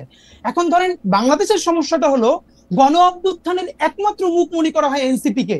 না রে ভাই, এনসিপি ছাড়াও যারা এনসিপি তে যোগ দেয় না, এরকম আরো অনেকগুলো স্টেক হোল্ডার আছে যারা পলিটিক্স করতেছে না, সরাসরি পার্টিতে জয়েন করে না, কিন্তু গণ অভ্যুত্থানের বিশাল শক্তি। তো আমরা যেটা স্পষ্ট করে বলি যে যেই ছেলেটা, যেই মেয়েটা আন্দোলনের প্রধান মুখ ছিল বা ছোট করেও ছিল, তাদের যদি ছোট নৈতিক পদস্খলন ঘটে, এটা আমাদের রক্তক্ষরণ হয়। এর কারণ হলে মানে কি, আমরা এটা বলেছি বিএনপি চাঁদাবাজি করতে পারবে, জামাত করতে পারবে, বা অন্যান্যরা করলে সমস্যা নাই, তোমরা করলে সমস্যা না, এটা আমরা স্পেসিফিকলি শুধু এনসিপি কেও বলি নাই। আমরা বলেছি যে মুখগুলোর দিকে তাকিয়ে বাংলাদেশে, ভাই আমি এখন আপনার সাথে যেখানে শো করছি, এই সামনের রাস্তায় আমি 8-এর বাচ্চার জানাজা পড়েছি, এই জুলাইয়ের সময় 8-এর বাচ্চার জানাজা পড়েছি। তো বাবা মা ভাই বোন মিলে, পরিবার নিয়ে যারা রাজপথে নেমেছে বুলেটের সামনে, এই মুখগুলোর জন্য, এই মুখগুলো যদি কোনোভাবে সামান্য নৈতিক পদস্খলন ঘটে, মানুষের হৃদয়ে রক্তক্ষরণ হয়। সুতরাং আমার জুলাইয়ের আহত ভাইদেরকে অ্যাড্রেস করে বলেছি, ইনক্লুডিং মি, আমাকেও বলেছি যে আমরা কোনোভাবে করাপ্টেড হতে পারবো না, তাতে বিএনপি হোক, জামাত ইসলামী হোক, যে যা হোক, ইভেন যদি এনসিপি হোক, করাপ্টেড হতে পারবো না, এটা তো একটা পায়াস উইশ। কিন্তু আপনি তো অলরেডি করাপশনের একটা এলিগেশন দিবেন। কারণ অ্যান্ড্রয়েড ফোনের দাম আমরা গড়ে ধরে নিতে পারি 20-25 হাজার টাকা, আইফোনের দাম হচ্ছে 2-2.5 লাখ টাকা, 1.5 লাখ টাকা এক এক হিসাবে। আপনি তো অলরেডি একটা এলিগেশন দিবেন যে আইফোনের মালিক হয়ে গেছে, এটা আপনি কাদের দিবেন? আচ্ছা, এইটা হলো আমি স্পষ্ট, প্রথমত হলো মিডিয়ার ক্ষেত্রে হলো খালেদ ভাইয়ের কাজ হইলো তিনি এইটার ভিন্ন ইনভেস্টিগেশন করবেন। কিন্তু আমি আমাদের কিছু ছোট ভাইদেরকে দেখি যে যারা নতুন বাইক চালায়, টি শার্টটা দামি, অথবা হাতে একটা, তো আমাকে অনেকে ফোন করে বলছে, ভাই আইফোন কিনলেই তো সবাই নতুন কিনে না, পুরনো কেনা যায়, 30-40 হাজার টাকা পুরনো কেনা যায়। ভালো, আমি জানলাম, কিন্তু ফ্যাক্ট হলো মিডিয়ার কাজ হলো এইটা যে যারা কেউ গণ অভ্যুত্থানের স্পিরিটকে বিক্রি করে দিয়ে যদি কেউ এই আর্থিকভাবে লাভবান হয়, তাদের বিরুদ্ধে মিডিয়া ধরবে, বাংলাদেশের মানুষের জনগণ ধরবে, আমরা যেরকম ধরতেছি। এই স্পিরিটটাই তো আমরা চাই। কিন্তু ভাই আমি আপনারা একটু রেসপন্স করতে চাই। ভাই যেখানে কয়েকটা কথা বললেন, এইটা আমি পরে ভুলে যাব। এক নম্বরে হলো ভাই যেটা বললেন যে মাহমুদুর রহমান সাংবাদিক না, আমি খালেদ ভাইয়ের কাছে বিনীতভাবে জানতে চাই, মাসুদ কামাল ভাইয়ের কাছে জানতে চাই, বাংলাদেশের যে সাংবাদিকতার নীতি নৈতিকতা আছে বা নীতিমালা নিশ্চয়ই আছে, পিআইবি আছে, প্রেস ক্লাব আছে, আর অন্যান্য যে মিডিয়া আছে, মানে প্রতিষ্ঠান আছে, এইখানে এক্স্যাক্টলি এই সাংবাদিক হয়ে ওঠার যে নিয়ম, এইখানে কি কি নীতিমালা আছে, যে নীতিমালা মাহমুদুর রহমান ভায়োলেট করে আমার দেশের সম্পাদক হয়েছেন। নাম্বার 2, মাহমুদুর রহমান আমার দেশের সম্পাদক হওয়ার বহুদিন আগে থেকে বিবিসি বাংলার সাবেক বড় সাংবাদিক এবং বাংলাদেশের প্রথিতযশা সাংবাদিক আতাউস সামাদের মতো মানুষ, যিনি আমার দেশের দীর্ঘদিন উপদেষ্টা সম্পাদক ছিলেন, তার পাশে বসে বসে কাজ শিখেছেন। নাম্বার 3, আমার দেশ তিনি কোনোদিন দখল করেন নাই, তাকে সবাই মিলে আমার দেশ দিয়েছে যে প্লিজ আপনি চালান, পত্রিকাটা বন্ধ হয়ে গেছে। নাম্বার 4, খালেদ ভাই আপনাকে একটা বলা দরকার, মাসুদ ভাই যেটা বলেছেন যে এই কথাটা মিলে গেছে আওয়ামী লীগের অ্যাপিলেট ডিভিশনের বিচারপতিদের মতো। কিরকম? শফিক রেহমান বর্তমান যে অ্যাপিলেট ডিভিশন আগে ছিল, তাদের বিরুদ্ধে একদম স্পষ্ট একটা অভিযোগে কলাম লিখেছিলেন, আমার দেশ চেপেছিল। শফিক রেহমান এবং মাহমুদুর রহমানকে হাইকোর্ট নিয়ে ঘন্টার পর ঘন্টা দাঁড়িয়ে রেখেছে, বলেছে ট্রুথ ইজ নো ডিফেন্স। সেইটার পরে আমার দেশকে সম্পাদককে বলতেছে বাই চান্স এডিটর। এর মানে অ্যাপিলেট ডিভিশনের যে আওয়ামী লেসপেন্সাররা ছিল তারা মাহমুদুর রহমানকে আচ্ছা জনাব হাদি আপনি জনাব হাদি আমরা আসলে অনেকগুলি বিষয় নিয়ে আলোচনা করব, আপনি এই বিষয়টা নিয়ে স্পেসিফিক কথা বলেছেন, মাসুদ কামাল ভাই এটা একটু বলুক, এটা একটু বলি, আর আপনি যে এটা কথা বলতেছেন যে ট্রুথ ইজ একটা কথা আমি কিন্তু ভাইকে শাহবাগে বলতে চাই প্লিজ, একটা কথা। একটা সেটা হচ্ছে, আরেকটা ব্যাপার হলো হ্যাঁ ভাইয়ের যে এথিক্স, মাসুদ কামাল ভাইয়ের মনে হইলো যে ওইটা অ্যাক্টিভিজম হয়েছে, সাংবাদিকতা হয় নাই। তো আমার পরবর্তীতে কথা হলো, এরপর যে শাহবাগে রাষ্ট্রদ্রোহিত হইলো, দিনের পরে দিন তারা পতাকা উড়াইতেছে, সরকারি অফিস বন্ধ রাখতেছে, নিকৃষ্টতম মব করতেছে। ঠিক মাসুদ কামাল ভাইয়ের টাইমলাইনে পুরো শাহবাগের মব সন্ত্রাসের সময় কয়দিন তিনি সেইটার সমালোচনা করছেন? মাত্র 50 জন লোক ছিল, আমি সামনে সাক্ষী, সেইটার 500 লোক কইরা পত্রিকা দেখাইছে। তো সেইটা কি সমালোচনা করছে? কামাল ভাই এটা আপনি একটু যদি অ্যাড্রেস করেন, একটু সংক্ষেপে যদি আপনি অ্যাড্রেস করেন। দুইটা প্রশ্ন, এক হচ্ছে মাহমুদুর রহমান সাহেব কোন নীতিমালা ভঙ্গ করেছেন সেটা একটা সম্পাদক হতে গিয়ে যে আপনি সাংবাদিক মনে করছেন, আর দুই হচ্ছে যে আপনি শাহবাগ যেটা মব সন্ত্রাস বলছেন সেইটার ক্ষেত্রে আপনি কি বলেছেন? মানে বিষয়টা হলো কি, উনি একজন সিনিয়র মানুষ, উনি আগে সরকারের আমলে মানে বিএনপি গভর্নমেন্টের আমলে উপদেষ্টাও ছিলেন, কিন্তু জ্বালানি বিষয়ে উপদেষ্টা ছিলেন। হ্যাঁ, আমি তখন আমার দেশে ছিলাম, আমি তো আমার দেশে চাকরি করছি ভাই। আমার দেশের শুরুটা তো হয়েছে আমাদের হাত দিয়ে, যারা আমার দেশ শুরু করেছে তাদের মধ্যে আমি একজন। আমার দেশে আমি 3 বছরের উপরে চাকরি করেছি। আমি চলে যাওয়ার পর এখানে জামাতের কিছু মালিকানা ঢুকলো এবং তারপর আমার দেশে মাহমুদুর রহমান সাহেব আসতেন। আতাউস সামাদ স্যার উনি আমার টিচার এবং ওনার সঙ্গে বসে আমিও কাজ করেছি, কাজে এটা নিয়ে কোনো আপত্তি নাই। বাট একটা জিনিস হলো কি, আমার দেশের সম্পাদক হওয়ার আগ পর্যন্ত আমি জানতাম না যে মাহমুদুর রহমান সাহেব সাংবাদিকতা করেছেন। আমি জানতাম উনি সরকারের উপদেষ্টা ছিলেন, আমি জানতাম উনি মুন্নু সিরামিক্সের সঙ্গে চাকরি করতেন, আমি জানতাম এগুলো। শাহিনপুকুর সিরামিক্সের সিইও ছিলেন উনি। সরি, মুন্নু সিরামিক্স না, শাহিনপুকুর ছিলেন, মুন্নুরও ছিলেন। উনি মুন্নু সিরামিক্সের তো মালিকের মেয়ের জামাই। মুন্নু থেকে উনি শাহিনপুকুরে আসছেন, শাহিনপুকুর সিরামিক্সটা উনার হাত দিয়ে করা। সালমান রহমানের প্রতিষ্ঠান। জি, সালমান রহমান। হ্যাঁ, উনি সালমান রহমানের প্রতিষ্ঠানে ছিলেন, চাকরি করতেন। তো তারপরে সরকারের উপদেষ্টা হয়েছিলেন। তো এর মধ্যে উনি সাংবাদিকতা কবে করেছিলেন আমি জানি না ভাই, হাদি জানতে পারে। আর আতাউস সামাদ যার পাশে বসে করেছে, আতাউস সামাদের পাশে বসে আমরা কাজ করেছি, আতাউস সামাদের আমি ক্লাসও করেছি ভাই, বিভিন্ন রকম, যাক সেটা অন্য হিসাব। তো হতে পারে, তারপরেও হতে পারে, মালিক হলে অনেকে হয়ে যায়, তো সেটা হতে পারে, মানতে পারে, অনেকে মানতেও পারে। বাট আমার কাছে ওনাকে আমি এইভাবেই মূল্যায়ন করি। রাইট, আমি মনে করি উনি পেশাদার সাংবাদিক ছিলেন না আগে কোনোদিন, পেশাদার সাংবাদিক নয়, একবারে সম্পাদক হয়েছেন। বাট এটা আমার পছন্দ না, আমি কি করবো ভাই? আচ্ছা, এটা গেল একটা। আপনি অন্য অন্যায়ের বিরুদ্ধে প্রতিবাদ করেছেন কিনা? শাহবাগে একটা রাষ্ট্রদ্রোহিতা হয়েছে, সেটার বিরুদ্ধে প্রতিবাদ করেছেন কিনা? আপনি ফেসবুক স্ট্যাটাস দিয়েছেন। মানে রাষ্ট্রদ্রোহিতাটা কখন? মানে ওই সময় যেটা হয়েছিল ওইটা, যখন হচ্ছে আইন চেঞ্জ করে আবার একটা ফাঁসির। আচ্ছা, আমি এটা বলি, ওই সময় আমি একটা কথা একবার একটা আর্টিকেল লিখেছিলাম এক জায়গায়। সেই আর্টিকেলটা কি আমি একটু আপনাদের বলি। আমি বললাম যে শাহবাগে যে এই যে এত লোক আন্দোলন করতেছে, আন্দোলনটা কেন? আন্দোলনটা হলো কাদের মোল্লার বিরুদ্ধে একটা রায় যেটা হয়েছে, সেই রায়ের আপত্তি। রায়টা কে দিয়েছে? একজন বিচারক দিয়েছে। তাহলে ভুলটা করলে কে করছে? কাদের মোল্লা করছে না ওই বিচারক করছে? অবশ্যই ওই বিচারক করছে। ওই বিচারকটা কে? কেউ নাম জানে? আমি এই প্রশ্নটা করেছিলাম। এই যে এখানে এত লোক আছে, তারা তো ওই বিচারকের বিরুদ্ধে স্লোগান দিচ্ছে না। ভাই শুনেন, আমি কোনো পলিটিক্স করি না, 1 নাম্বার। আমি কোনো দল করি না, কোনো দলের প্রতি আমার কোনো অনুরাগ কিংবা বিরাগ নাই। আমি সাংবাদিকের দৃষ্টি থেকে দেখি, আমার কাছে মনে হয়েছিল ওই যে লোকগুলি জমায়েত, ওই যে মানে হাজার হাজার লোক জমায়েত হয়েছিল দীর্ঘদিন, ওই লোকগুলি একটা ঘোরের মধ্যে ছিল। তাদেরকে ঘোরের মধ্যে রাখা হয়েছিল। এই কারণে যে আপনার আন্দোলন করতেন, আন্দোলন তো স্লোগানটা ওঠা কথা ছিল বিচারকের বিরুদ্ধে, সেই রায়টা কেন দিল? আমার মনে হয় যে কামাল ভাইয়ের পয়েন্ট তুলে ধরেছেন।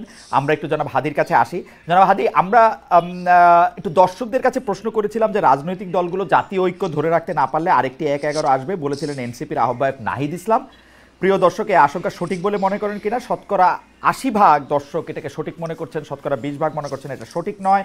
আমি এই প্রসঙ্গে আসার আগে আমি একটু জনাব হাদি আপনার কাছে একটু আসতে চাই যে গত ১ বছরে মিছিলে মিটিংয়ে সভায় গালিগালাজের ব্যবহার দেখা যাচ্ছে, ব্যবহারের রাজনীতি দেখা যাচ্ছে। এই গালিগালাজকে খুব স্বাভাবিক করা হচ্ছে, এক ধরনের মবকে চালানো, ইয়ে করা, এবং যখন এটি নিয়ে প্রশ্ন করা হচ্ছে অনেকেই বলছেন যে মব তো আরও অনেক আগে থেকে হচ্ছে, এটা তো নতুন না।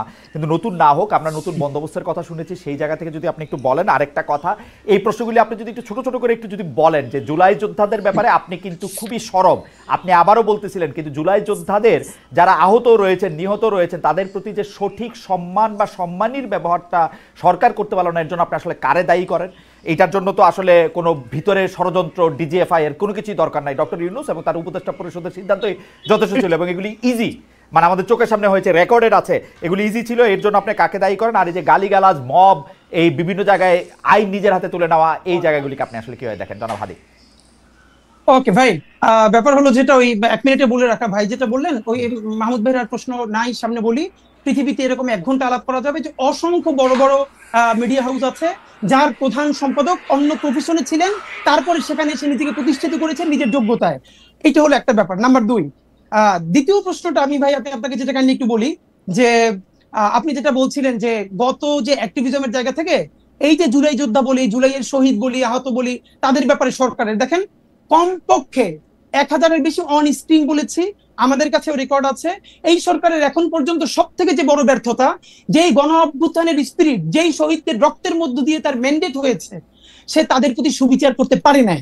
প্রথমত কি পারে নাই, এই যে এতগুলো শহীদ আপনি খেয়াল করেন, এখন পর্যন্ত কি আপনি বলতে পারবেন সেন্ট্রাল ডেটাবেজে ঢুকে প্রত্যেক শহীদের বাড়ি কোথায়, তার অবস্থা কি, তাকে কিভাবে পুনর্বাসিত করা হয়েছে, এর কি ন্যাশনাল একটা ডেটাবেজ? 1000 বার বলেছি, বিদেশি প্রবাসী অনেক ভাইয়েরা তাদেরকে সাহায্য করতে চায়, ঠিক কিভাবে করবে? সরকারের একটা জাতীয় ডেটাবেজ থাকবে, অমুক শহীদ এই প্রয়োজন পরিবারের সদস্য মারা গেছে এবং তার পরিবারের এই অবস্থা তাকে পুনর্বাসন করতে পারে না। হাদি জাস্ট ছোট করে বলি, এই ব্যর্থতার কথা আপনি অনেকবার বলেছেন, আপনার মুখে আমি অনেকবার শুনেছি। আপনি যদি কারণটা বলতেন যে সরকার এটা করবে না কেন, সরকার তো ওইটাই সরকারের ক্যাপিটাল। এক্স্যাক্টলি দুইটা কারণ। কি কারণে করে? কারণ ভাই দুইটা। কি কারণে করে? হ্যাঁ, নাম্বার 1, এই উপদেষ্টাদের মধ্যে একমাত্র 2-3 জন ছাড়া আর কোন উপদেষ্টা নাই যারা হাসিনার ফ্যাসিবাদী আমলে ভীষণভাবে নির্যাতিত হয়েছে। এই উপদেষ্টাদের মধ্যে এমন কোন উপদেষ্টা নাই যে এই জুলাইয়ে তার সন্তান হারাইছে বা নিজের চোখ হারাইছে। একমাত্র প্রফেসর ইউনূস 10 তলা হাসিনা বাবাইছে তারে, এই কয়েকটা কষ্ট তার আছে। আদিলুর রহমান শুক্র ভাই জেল খেটেছেন। এছাড়া ওই একজনের বিরুদ্ধে ভিন্ন ভিন্ন, বন্যা আপা, রেজওয়ানা চৌধুরী আপা, ওনার হাজবেন্ডকে গুম করা হয়েছিল। এছাড়া বিভিন্ন এম্বাসি থেকে, বিভিন্ন পলিটিক্যাল স্টেক থেকে, যেভাবে হোক, এটা তো আমাদের কালেকটিভ ব্যর্থতা। আমরা বিপ্লবী জুলাইতে চোখের সামনে একটা ছেলে মারা গেছে, চোখের সামনে একটা ছেলে চোখে গুলি খায় বেডে কাটাইতেছে, এইটাতে সরকারের পক্ষ থেকে টাকা বা অন্য ব্যবস্থা নেওয়ার জন্য আমাকে নির্যাতিত হইতে হবে কেন? আমি তো সাধারণ মানুষ হিসাবে, সন্তান আহত হইলে, হ্যাঁ সন্তান আহত, সাধারণ মানুষ হিসেবেই তার পাশে গিয়ে দাঁড়াবো। মানে এটা তো কোনো যুক্তি, মানে এটা তো আপনি দাঁড়াবেন ভাই। এখন আমি আপনার একটা পরামর্শ দিয়ে রাখি খালিদ ভাই, আমি আপনার একটা পরামর্শ দিয়ে রাখি, আপনার যদি সম্ভব হয় আপনি স্বাস্থ্য উপদেষ্টার সাথে একদিন একটা শো করেন। আমরা 1000 বার বলেছি স্বাস্থ্য উপদেষ্টা উনি ভদ্রমহিলা, লোক ভালো, উনি নিজে অসুস্থ, ওনার ডায়াবেটিসের ইনহেলার লাগে 2 ঘন্টা পর পর, উনি কিভাবে জানেন? না এটা স্বাস্থ্য উপদেষ্টা না, কিন্তু হাদি জনাব হাদি আমার একটা কৌতূহল আছে, স্বাস্থ্য উপদেষ্টা বলে তো কিছু এক্সিস্ট করে না। স্বাস্থ্য উপদেষ্টা হচ্ছে ডক্টর মোহাম্মদ ইউনূস। না, নাই তো। আপনারা স্বাস্থ্য উপদেষ্টার ভিতরে 100টা কথা বলেন, ডক্টর মোহাম্মদ ইউনূসের বিরুদ্ধে কথা বলেন না কেন? কারণটা কি? কেন বলি নাই শোনেন, কেন বলি না? ডক্টর ইউনূসের বিরুদ্ধে ফাইনালি এই জন্য বলি না যে ডক্টর ইউনূস হলেন, এখন দেখেন 2টা ক্যারেক্টার। এই ডক্টর ইউনূস এই পলিটিক্যাল পার্টি খুলেছিলেন, একদম 100% কেই করছে। কিন্তু এই জুলাইয়ের পরে উনি যখন জুলাইয়ের জবানে, শহীদ পরিবারের জবানে কথা বলতে শুরু করলেন, তখন মানুষ ওনাকে বিশ্বাস করতে শুরু করলো।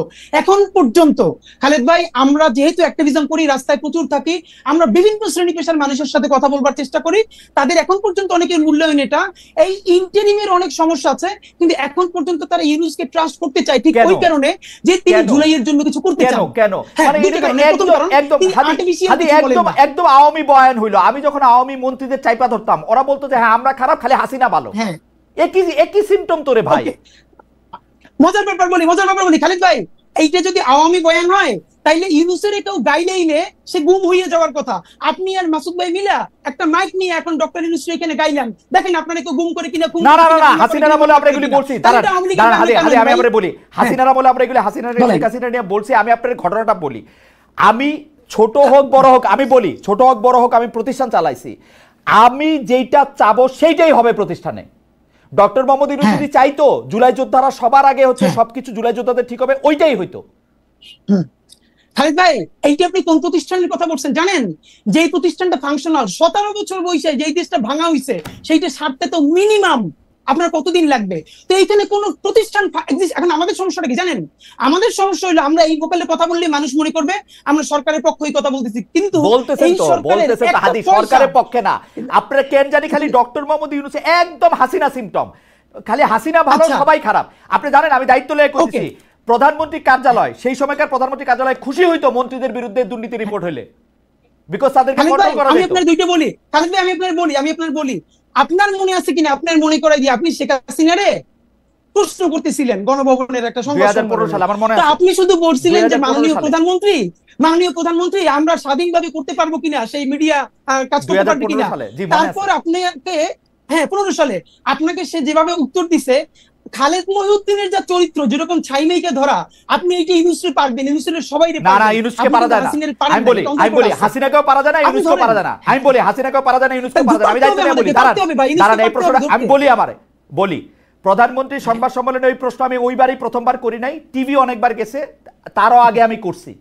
কিন্তু প্রধানমন্ত্রীর প্রশ্নটা করার পরে প্রধানমন্ত্রী যেভাবে আমাকে উত্তর দিছে, সেই সময়কার প্রধানমন্ত্রী, তারপর থেকে আমার কোনো সম্পূরক প্রশ্ন করার জায়গা ছিল না। দ্যাট ওয়াজ আ সংবাদ সম্মেলন ফর 30 আদার পিপল।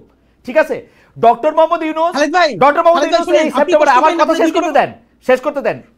এই সেপ্টেম্বরে কিন্তু উনি এখানে আসছে জাতিসংঘের মধ্যে নিয়ে, উনি সবারে দাওয়াত দিছে, আমার ছাড়া। কিন্তু তাই মজার ব্যাপার বলি, এইটা আপনার অবশ্যই পাবলিক, এই যে আজকে আপনি বললেন আমরা জানলাম, আমাদেরকে সরকারের তরফ থেকে এক জায়গা থেকে আমরা প্রশ্ন করছি খালেদ মহিউদ্দিনের মতো ক্যারেক্টার কেন বাংলাদেশে জুলাই গণ অভ্যুত্থানের পরে তাকে কাজে লাগানো হইলো না। আমাদেরকে বলা হয়েছে খালেদ মহিউদ্দিন ভাইকে 2 বার সরকার থেকে, একবার বিটিভির দায়িত্ব নিয়ে আরো একটা বড় পদে বলছে, প্লিজ আপনি এই রাষ্ট্রকে গড়ে তুলতে সাহায্য করেন। খালেদ মহিউদ্দিন ভাই রেসপন্স করেন নাই। আমাদের সেক্রেটারিয়াল জব করব না রে ভাই হাদি, আমি কোন সেক্রেটারিয়াল জব মিনিস্ট্রিয়াল জব করব না। তো আমি বাংলাদেশে সেক্রেটারিয়াল জব কোন মিনিস্ট্রিয়াল জব করব না। আমি বিটিভির দায়িত্ব নিতে আমাকে অফার করা হয়েছিল, আমি বলি বিটিভির দায়িত্ব নিতে আমাকে অফার করা হয়েছিল। আমি শর্ত দিছিলাম বিটিভির প্রোভাইসও ঠিক করেন, আমি তথ্য উপদেষ্টা বা তথ্যমন্ত্রীকে আমি এটা রিপোর্ট করব না। তারা এটাতে রাজি হয় নাই, তারা বলছে আপনি আইসা আস্তে আস্তে করেন। আমি আস্তে আস্তে করার মধ্যে আমি নাই। ফাইন, এটা আমরা জানলাম। কিন্তু খালেদ ভাই আপনার মানে আমরা ওই ভালোবাসার জায়গা থেকে বলি, আমরা তো প্রত্যাশা করছিলাম যে আপনি জার্মান থেকে যেরকম ইউএসএ গেলেন, আপনি জার্মান থেকে এই জুলাইয়ের পরে একবার কিন্তু বাংলাদেশ আপনার খালেদ ভাই দেখি নাই। আপনি আসলে হয়তো কি জানেন, আপনি অনেক মেকানিজমের সাথে কথা বললে, শহীদ পরিবারগুলোর সাথে কথা বললে, তাহলে আপনি আরো যেটা ফিল করতেন। আমি বলি আমার দিকে আলাপটা করলে কি মানে আলাপটা আমি আর আপনি আলাদা আলাপ করব না। আপনি খালি আমাকে এই কথা বলেন, আমি সরাসরি প্রশ্নটা করি। এটা আমি কামাল ভাইয়ের কাছ থেকেও আসলে একটু জানতে চাইবো, কারণ আপনার কাছ থেকেই আমরা এগুলি সবচেয়ে বেশি শুনি। কারণ যারা আগে জুলাই নিয়ে কথা বলছে তাদের অনেকেই ছাড়ান দিছে, রিটায়ার্ড করছে। আপনি রিটায়ার্ড করেন নাই, আপনি মাঠে আছেন, আপনি কথা বলতেছেন। সেই জায়গা থেকে, সেই রেসপেক্ট থেকে আমি আপনার একটা ছোট্ট বিষয় জানতে চাইতেছি। মাত্র 1000 জন রে, যেখানে আমরা 8 লাখ কোটি টাকার বাজেট করি, মাত্র 1000 জন শহীদ, 1000 জন চরমভাবে আহত, এই 2000 জনকে ভরণ পোষণ করা, তাদের একটা খুশি করা, মানে আমি খুশি শব্দটা বলবো না, মানে তাদের খেয়াল করা, এটা তো এত বড় জটিল কাজ না। এটা কেন করা যেতেছে না? এইটা ডক্টর মোহাম্মদ ইউনূসকে আপনি প্রথম কেন এর জন্য আপনি অভিযুক্ত করতেছেন না, এটা আমাকে একটু সারপ্রাইজ করতেছে। মানে আর কাউরে এখানে অভিযোগ করার দরকার নাই তো, আমি বুঝি না। খালেদ ভাই জি, এই একই আপনি যেটা বলছেন না, এই দাবিতে ইনকিলাব মঞ্চ একদিন অনশন করছে যমুনার সামনে। ঠিকানা আমার নিজে ব্রিফিং দিচ্ছে, তখন ঠিকানা থেকে গিয়ে বলছে ভাই খালেদ ভাই টিভি থেকে আসছি, এবং প্রধান উপদেষ্টাকে বলছি এই যে কালেকটিভ ব্যর্থতা, এই ব্যর্থতার ইমাম হলেন আপনি। মাত্র 1000 হোক 1500 হোক, যে শহীদ পরিবারের পুনর্বাসন করতে পারেন নাই, আহতদেরকে সর্বোচ্চ চিকিৎসার জন্য ডেটাবেস তৈরি করতে পারেন নাই, এর সমস্ত ব্যর্থতা এই সরকারের। আর এই সরকারের ইমাম হিসেবে সমস্ত ব্যর্থতা আপনার। আপনি কোন যত সুন্দর করে কথা বললেন, এটা দিয়ে কাভারি হবে না। এই দাবিতে ইনকিলাব মঞ্চ সকাল থেকে সন্ধ্যা পর্যন্ত যমুনার সামনে অনশন করেছে, তারপরে তার একান্ত সচিব আইসা আমাদের কাছ থেকে স্মারকলিপি নিছে যে অতি দ্রুত তারা এটার ব্যাপারে ব্যবস্থা নিবে, এরপরও নেয় নাই। এখন কোন ভাষায় বললে, কেমনে হাত ধরলে, কেমনে পা ধরলে এই কাজটা হবে এটা আমরা জানি না। এবং ডক্টর ইউনূস যদি আমাদেরকে বলেন যে এইভাবে বললে উনি কাজটা করবেন, তাও আমরা করতে রাজি, কিন্তু উনি বলতেছেন না। আপনারা কি বলেন ওনারে?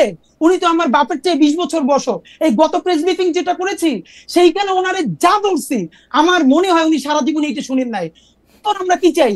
ওনাকে দিয়ে অন্তত ন্যূনতম সেই কেসটা হোক যেটা পলিটিক্যাল পার্টি চাইতেছে না। ওনার এই জন্য এক হাত ধরে রেখে আর এক হাত ধরে গাইলে ভাই যে ন্যূনতম সংস্কারটা ওনার মাধ্যমে হোক, ওনার আন্তর্জাতিক এই স্বীকৃতির মধ্যে দিয়া, আর তো কিছু না ভাই। উনি তো আমার দাদা খালু ফুফা না। ইনকিলাব মঞ্চ আজ পর্যন্ত এই সরকারের কোনো একটা পয়সা তো দূরের কথা, প্রোগ্রামে পর্যন্ত উপস্থিত হয় না। এই যে ঘোষণাপত্রের প্রোগ্রাম গেছে, ইনকিলাব মঞ্চের মুখপাত্র হিসেবে আমি ভিতরে দাওয়াত পাইছি, অনার, কিন্তু ভিতরে যাই নাই।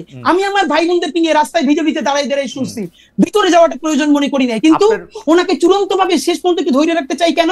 এই জুলাইয়ের মধ্য দিয়ে কিছু সংস্কার হোক। কিন্তু আমার এই বিষয় কোনোদিন যাবে না, মানে এটা তো আপনাদের প্রাথমিক দাবি ছিল, প্রথম থেকে দাবি ছিল, এইটাও উনি কেন করতে পারলেন না? এটা কি ওনার অনভিজ্ঞতা না? এটা কি, আমি এটা ঠিক আসলে বুঝি না।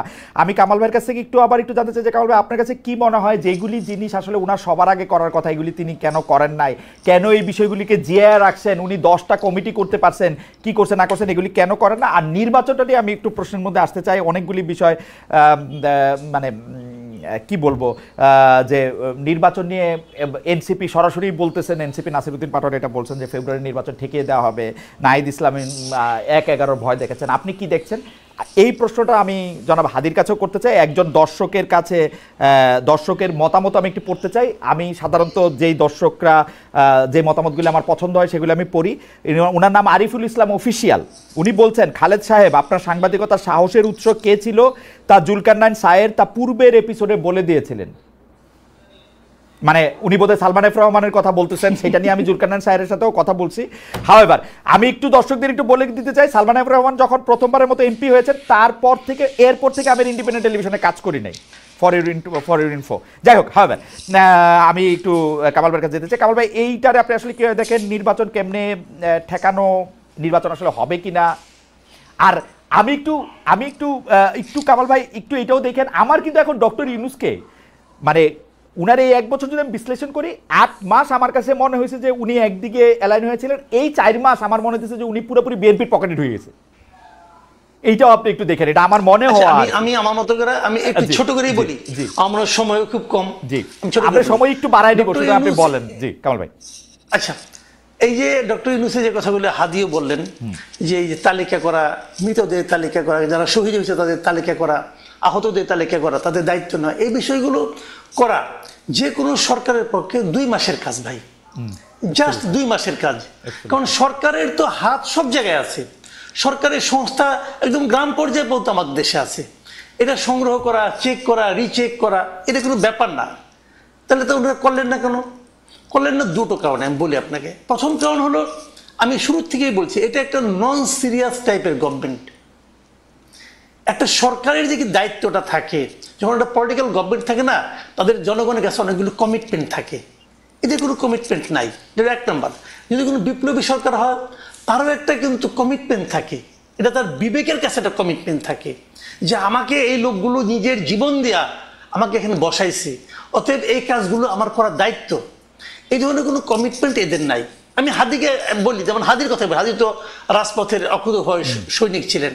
তখন মনে করেন হাদি তখন আন্দোলন করতেছে, আপনি হাদিকে যায় নিয়ে 3 তারিখে যে বলেন হাদি আন্দোলন ঠিকঠাক মতো করো, যদি তুমি জিততে পারো তাহলে কিন্তু আমি নূরজাহান বেগমকে স্বাস্থ্য উপদেষ্টা বানাবো।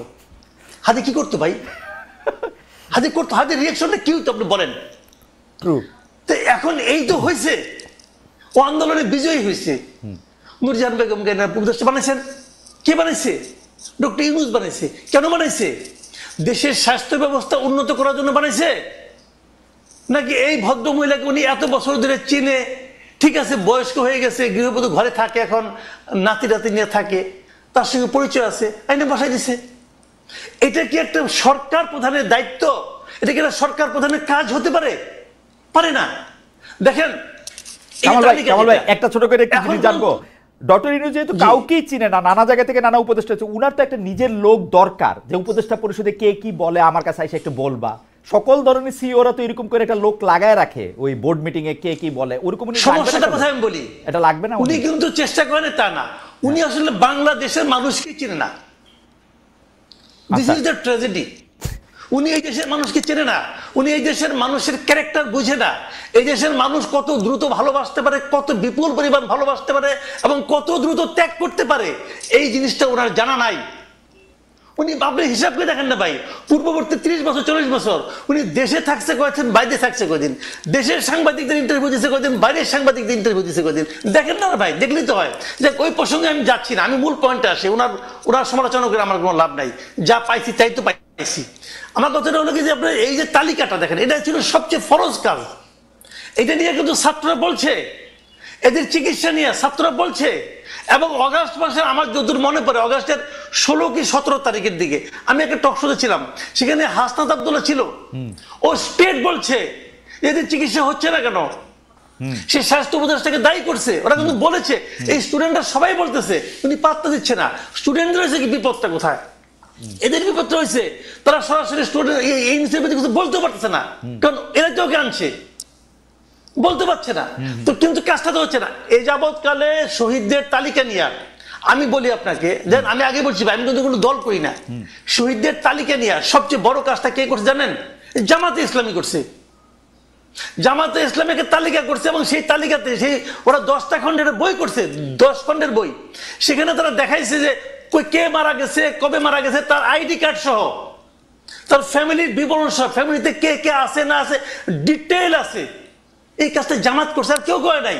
তো জামাত একটা পলিটিক্যাল পার্টি যদি করতে পারে, গভর্নমেন্ট পারলো না কেন? জামাত চেয়েছে তাই করেছে, সরকার চায় নাই তাই করে নাই। ওকে, দিস ইজ দ্য পয়েন্ট, আর কিছু না। আমি তো দায়িত্ব নিয়ে বলছি, এই সরকারের উপদেষ্টা পরিষদে যত লোক আছে এর মধ্যে শতকরা 80% লোকের এই আন্দোলনের সঙ্গে, এই গণ অভ্যুত্থানের সঙ্গে শারীরিক, মানসিক, আর্থিক, বুদ্ধিভিত্তিক কোন ধরনের সংশ্লিষ্টতা ছিল না। তারা শুধু তাদেরকে ব্যবহারই করছে। এবং আমার কাছে মনে হয় অনেকটা এনজিও সিস্টেমের মতো, এনজিওর কাজ হচ্ছে প্রবলেম জিয়ায় রাখা, তারা এরকম একটা কিছু করতে চাইছে বলেও আমার কাছে মনে হয়েছে এনজিওর মতো। কিন্তু আপনার কাছে আমি একটু দর্শকের একটা মন্তব্য আপনার উদ্দেশ্যে, এটা একটু আমি করে রেখে একটু জনাব হাদির কাছে যাই। জনাব আল মামুন তিনি বলছেন, কামাল সাহেবকে জিজ্ঞেস করেন, তিনি ওই দিন বললেন যে যারা ডিবি অফিসের ভাত খেয়ে আন্দোলন প্রত্যাহার করে তারা এখন বড় নেতা, এটার ব্যাখ্যা দিলে ভালো হয়। আমরা আসছি কামাল ভাই আপনার কাছে। আমি একটু জনাব হাদি আপনার কাছে একটু প্রশ্ন করে, যে আপনি প্রায় দাবি করছেন যে গণহত্যার বিচারের আগে কোনো নির্বাচন না, বিচার দ্রুত করার দাবিও তুলছেন, কিন্তু বিচারের ক্ষেত্রে তো টেকনিক্যালি সরকারের হাত থাকার কথা না। মানে আমরা তো ওই রকমভাবে শেখ হাসিনা সরকারের মতো ট্রাইব্যুনালের নিয়ন্ত্রণ করবো, ওরকম বিচার আমরা চাই না। বিচার প্রক্রিয়াকে আইন কানুন মেনে এগোতে হবে। তো সেই ক্ষেত্রে আপনারা বিচারের কতটুকু অগ্রগতি চান, বা সরকার বিচারটাকে কিভাবে তাড়াতাড়ি করবে সেটা যদি আপনি বলেন, বা নির্বাচন কমিশন কিভাবে করবে? ওকে খালিদ ভাই, এখানে আমরা যেটা খুবই স্পেসিফিকলি বলেছি, যেহেতু এখন দেশ ভোটের ট্রেনে উঠে গেছে, এখানে আমরা খুবই ফাইনালি একদম বলেছি যে বিচার তো একটা লম্বা প্রক্রিয়া। এখন দেখেন বাংলাদেশের বাস্তবতা হলো, দেখেন এই যে আপনি রাজনৈতিক দলগুলোর কথা বললেন, ইভেন এই সরকারের সমালোচনার ক্ষেত্রেও যেটা, বাংলাদেশের রাজনৈতিক দলগুলোর সমস্যা হলো তারা প্রেস ব্রিফিং করে প্রধান উপদেষ্টা অন্যান্যদের সাথে সামনে এসে বলে আমরা তো কোনো নির্বাচনের ভালো রোডম্যাপ পেলাম না। কিন্তু যারা যখন প্রধান উপদেষ্টা বা অন্যান্য উপদেষ্টাদের সাথে বসে, তখন একদল বলে আমার পেট্রো বাংলা লাগবে, আর একদল বলে আমার অমুক ইউনিভার্সিটির ভিসি লাগবে, আর একদল বলে আমার স্থানীয় সরকারের সচিব লাগবে। এই ভাগবটোয়ারা পরে যখন তার মন মতো হয় না, তখন বাহিরে গিয়ে প্রেসার দেয়। মুশকিল হলো তারা এই সরকারকে সামনে রাখা তারা সবাই নিজের মতো আখের গুছাই নিতেছে, কিন্তু ফেল করলে সরকার লাভ হইলো বিএনপির, লাভ হইলো জামাতের, লাভ হইলো এনসিপির, কিন্তু ফেল করলে কে সরকার করবে। নাম্বার 2, গত 4 বছরে খালেদ ভাই আপনি একটা খুবই জিনিস ভালো করে নোটিস করছেন, যে গত 4 মাস ধরে আপনি দেখবেন যে ইউনূস সাহেবের সেই স্পিরিট, সেই ভোকাল নাই। উনি মনে হচ্ছে যেন কোন একটা আপোষের মধ্য দিয়ে যাচ্ছেন, রাইট? এটা তো সত্য কথা। ওনাকে আমরা বলেছি যে দেখেন আপনার আলোচনায় বোঝা যায় আপনি, হ্যাঁ লন্ডন বৈঠকের পরে বোঝা যাচ্ছে যে আপনি আর্টিফিশিয়াল কথা বলেন, আপনি আনস্ক্রিপ্টেড বলতেন, আপনি স্ক্রিপ্ট দেখে বলেন। এর একটা বড় কারণ ঝামেলাটা হলো এই সরকার মনে করেছিল ইউনূস সাহেব যে এনসিপির যে ভাইরা আছে তারাই হলো তার ভ্যানগার্ড, একমাত্র ছাত্র জনতা, তার চারপাশে একটা লেয়ার তৈরি করা হয়েছে। একমাত্র অল্প কিছু লোকজন ছাড়া আমি আপনাকে ইভেন বলতে পারবো পিলখানা কমিশনের মতো গুরুত্বপূর্ণ কমিশন, গুম কমিশনের মতো গুরুত্ব কমিশনের সদস্যরা 1.5 মাস ধইরা প্রধান উপদেষ্টার সাক্ষাৎকার পান না। আপনি ভাবেন, এর মানে এমন একটা লেয়ার মানে এবং আরো বলি আর্মি সেক্রেটারি ওনার সাথে যিনি আছেন সম্ভবত যে সচিব, তার ক্লিয়ারেন্স ছাড়া তার কাছে কেউ যেতে পারে না। তো এই যে ক্লিয়ারেন্স ছাড়া এটা হওয়ারই কথা, মানে সরকার প্রধানের হওয়ারই কথা। কিন্তু ভাই আপনি দেখেন গুম কমিশনের মতো একটা সিরিয়াস কমিশন, পিলখানা কমিশনের মতো একটা সিরিয়াস কমিশনের মেম্বার যদি তার সাথে 10 মিনিট কথা বলতে না পারেন, তারা তো কাজ শেষ করে যাবেন। এর মানে হলো তার চারপাশে এরকম একটা বলয় তৈরি করা হয়েছে। এই বলয়টা আমরা বলেছি বারবার ভাঙেন। এই বলয়টা না ভাঙলে আপনি যেটা মাসুদ ভাই বলছেন যে উনি বাংলাদেশের মানুষকে চেনেন না, দেখেন উনি বাংলাদেশের মানুষকে চিনছিলেন বিধায় গ্রামীণ ব্যাংকে সফল করতে পারছেন। কিন্তু এই যে ওনাকে ব্র্যাকেট বন্দি করতেছে কারা? রাজনৈতিক দলগুলো। কিরকম? এই রাজনৈতিক দলগুলো সমস্ত সুবিধা এই সরকারের কাছ থেকে নিবে, কিন্তু এই সরকারের কোনো দায় নিবে না। তারা সবাই মিলা সাদা পাথরের পাথরগুলো খাইয়ে ফেলবে। সেখানে বিএনপি, জামাত ইসলামী সবাই ঐক্যবদ্ধ, কিন্তু দোষ হবে কার? এই সরকার পারে নাই। কিন্তু দেখেন যখন বন পরিবেশ উপদেষ্টারে যারা ঘেরাও দিছে, সেখানে বিএনপি আছে, সেখানে জামাত ইসলাম আছে, সবাই মিলা আমরা একসাথে। আজকে একটা মজার ব্যাপার বলি ভাই, এই যে পত্রিকা নিউজ করছে যে রাজনৈতিক ঐক্যমত্যে সাদা পাথর লুটপাটের ক্ষেত্রে বাংলাদেশের সব রাজনৈতিক দল বিরাট এনসিপি ছিল হাদি। এনসিপি তো নতুন দল, এনসিপি তো করে নাই এখন, জামাত বিএনপি জাতীয় পার্টি মিলে, জামাত বিএনপি জাতীয় পার্টি করছে, তারা মিলে এই লুটপাটটা করতে চাইতেছে। এখন আমাদের যেটা মুশকিল, আমরা ভাই নির্বাচনের আগে কি চাইতেছি? আমরা বলছি এই নির্বাচন ফেব্রুয়ারিতেও লাগে না, এই নির্বাচন চাইলে ডিসেম্বরে করা সম্ভব। দুইটা কাজ করেন প্লিজ।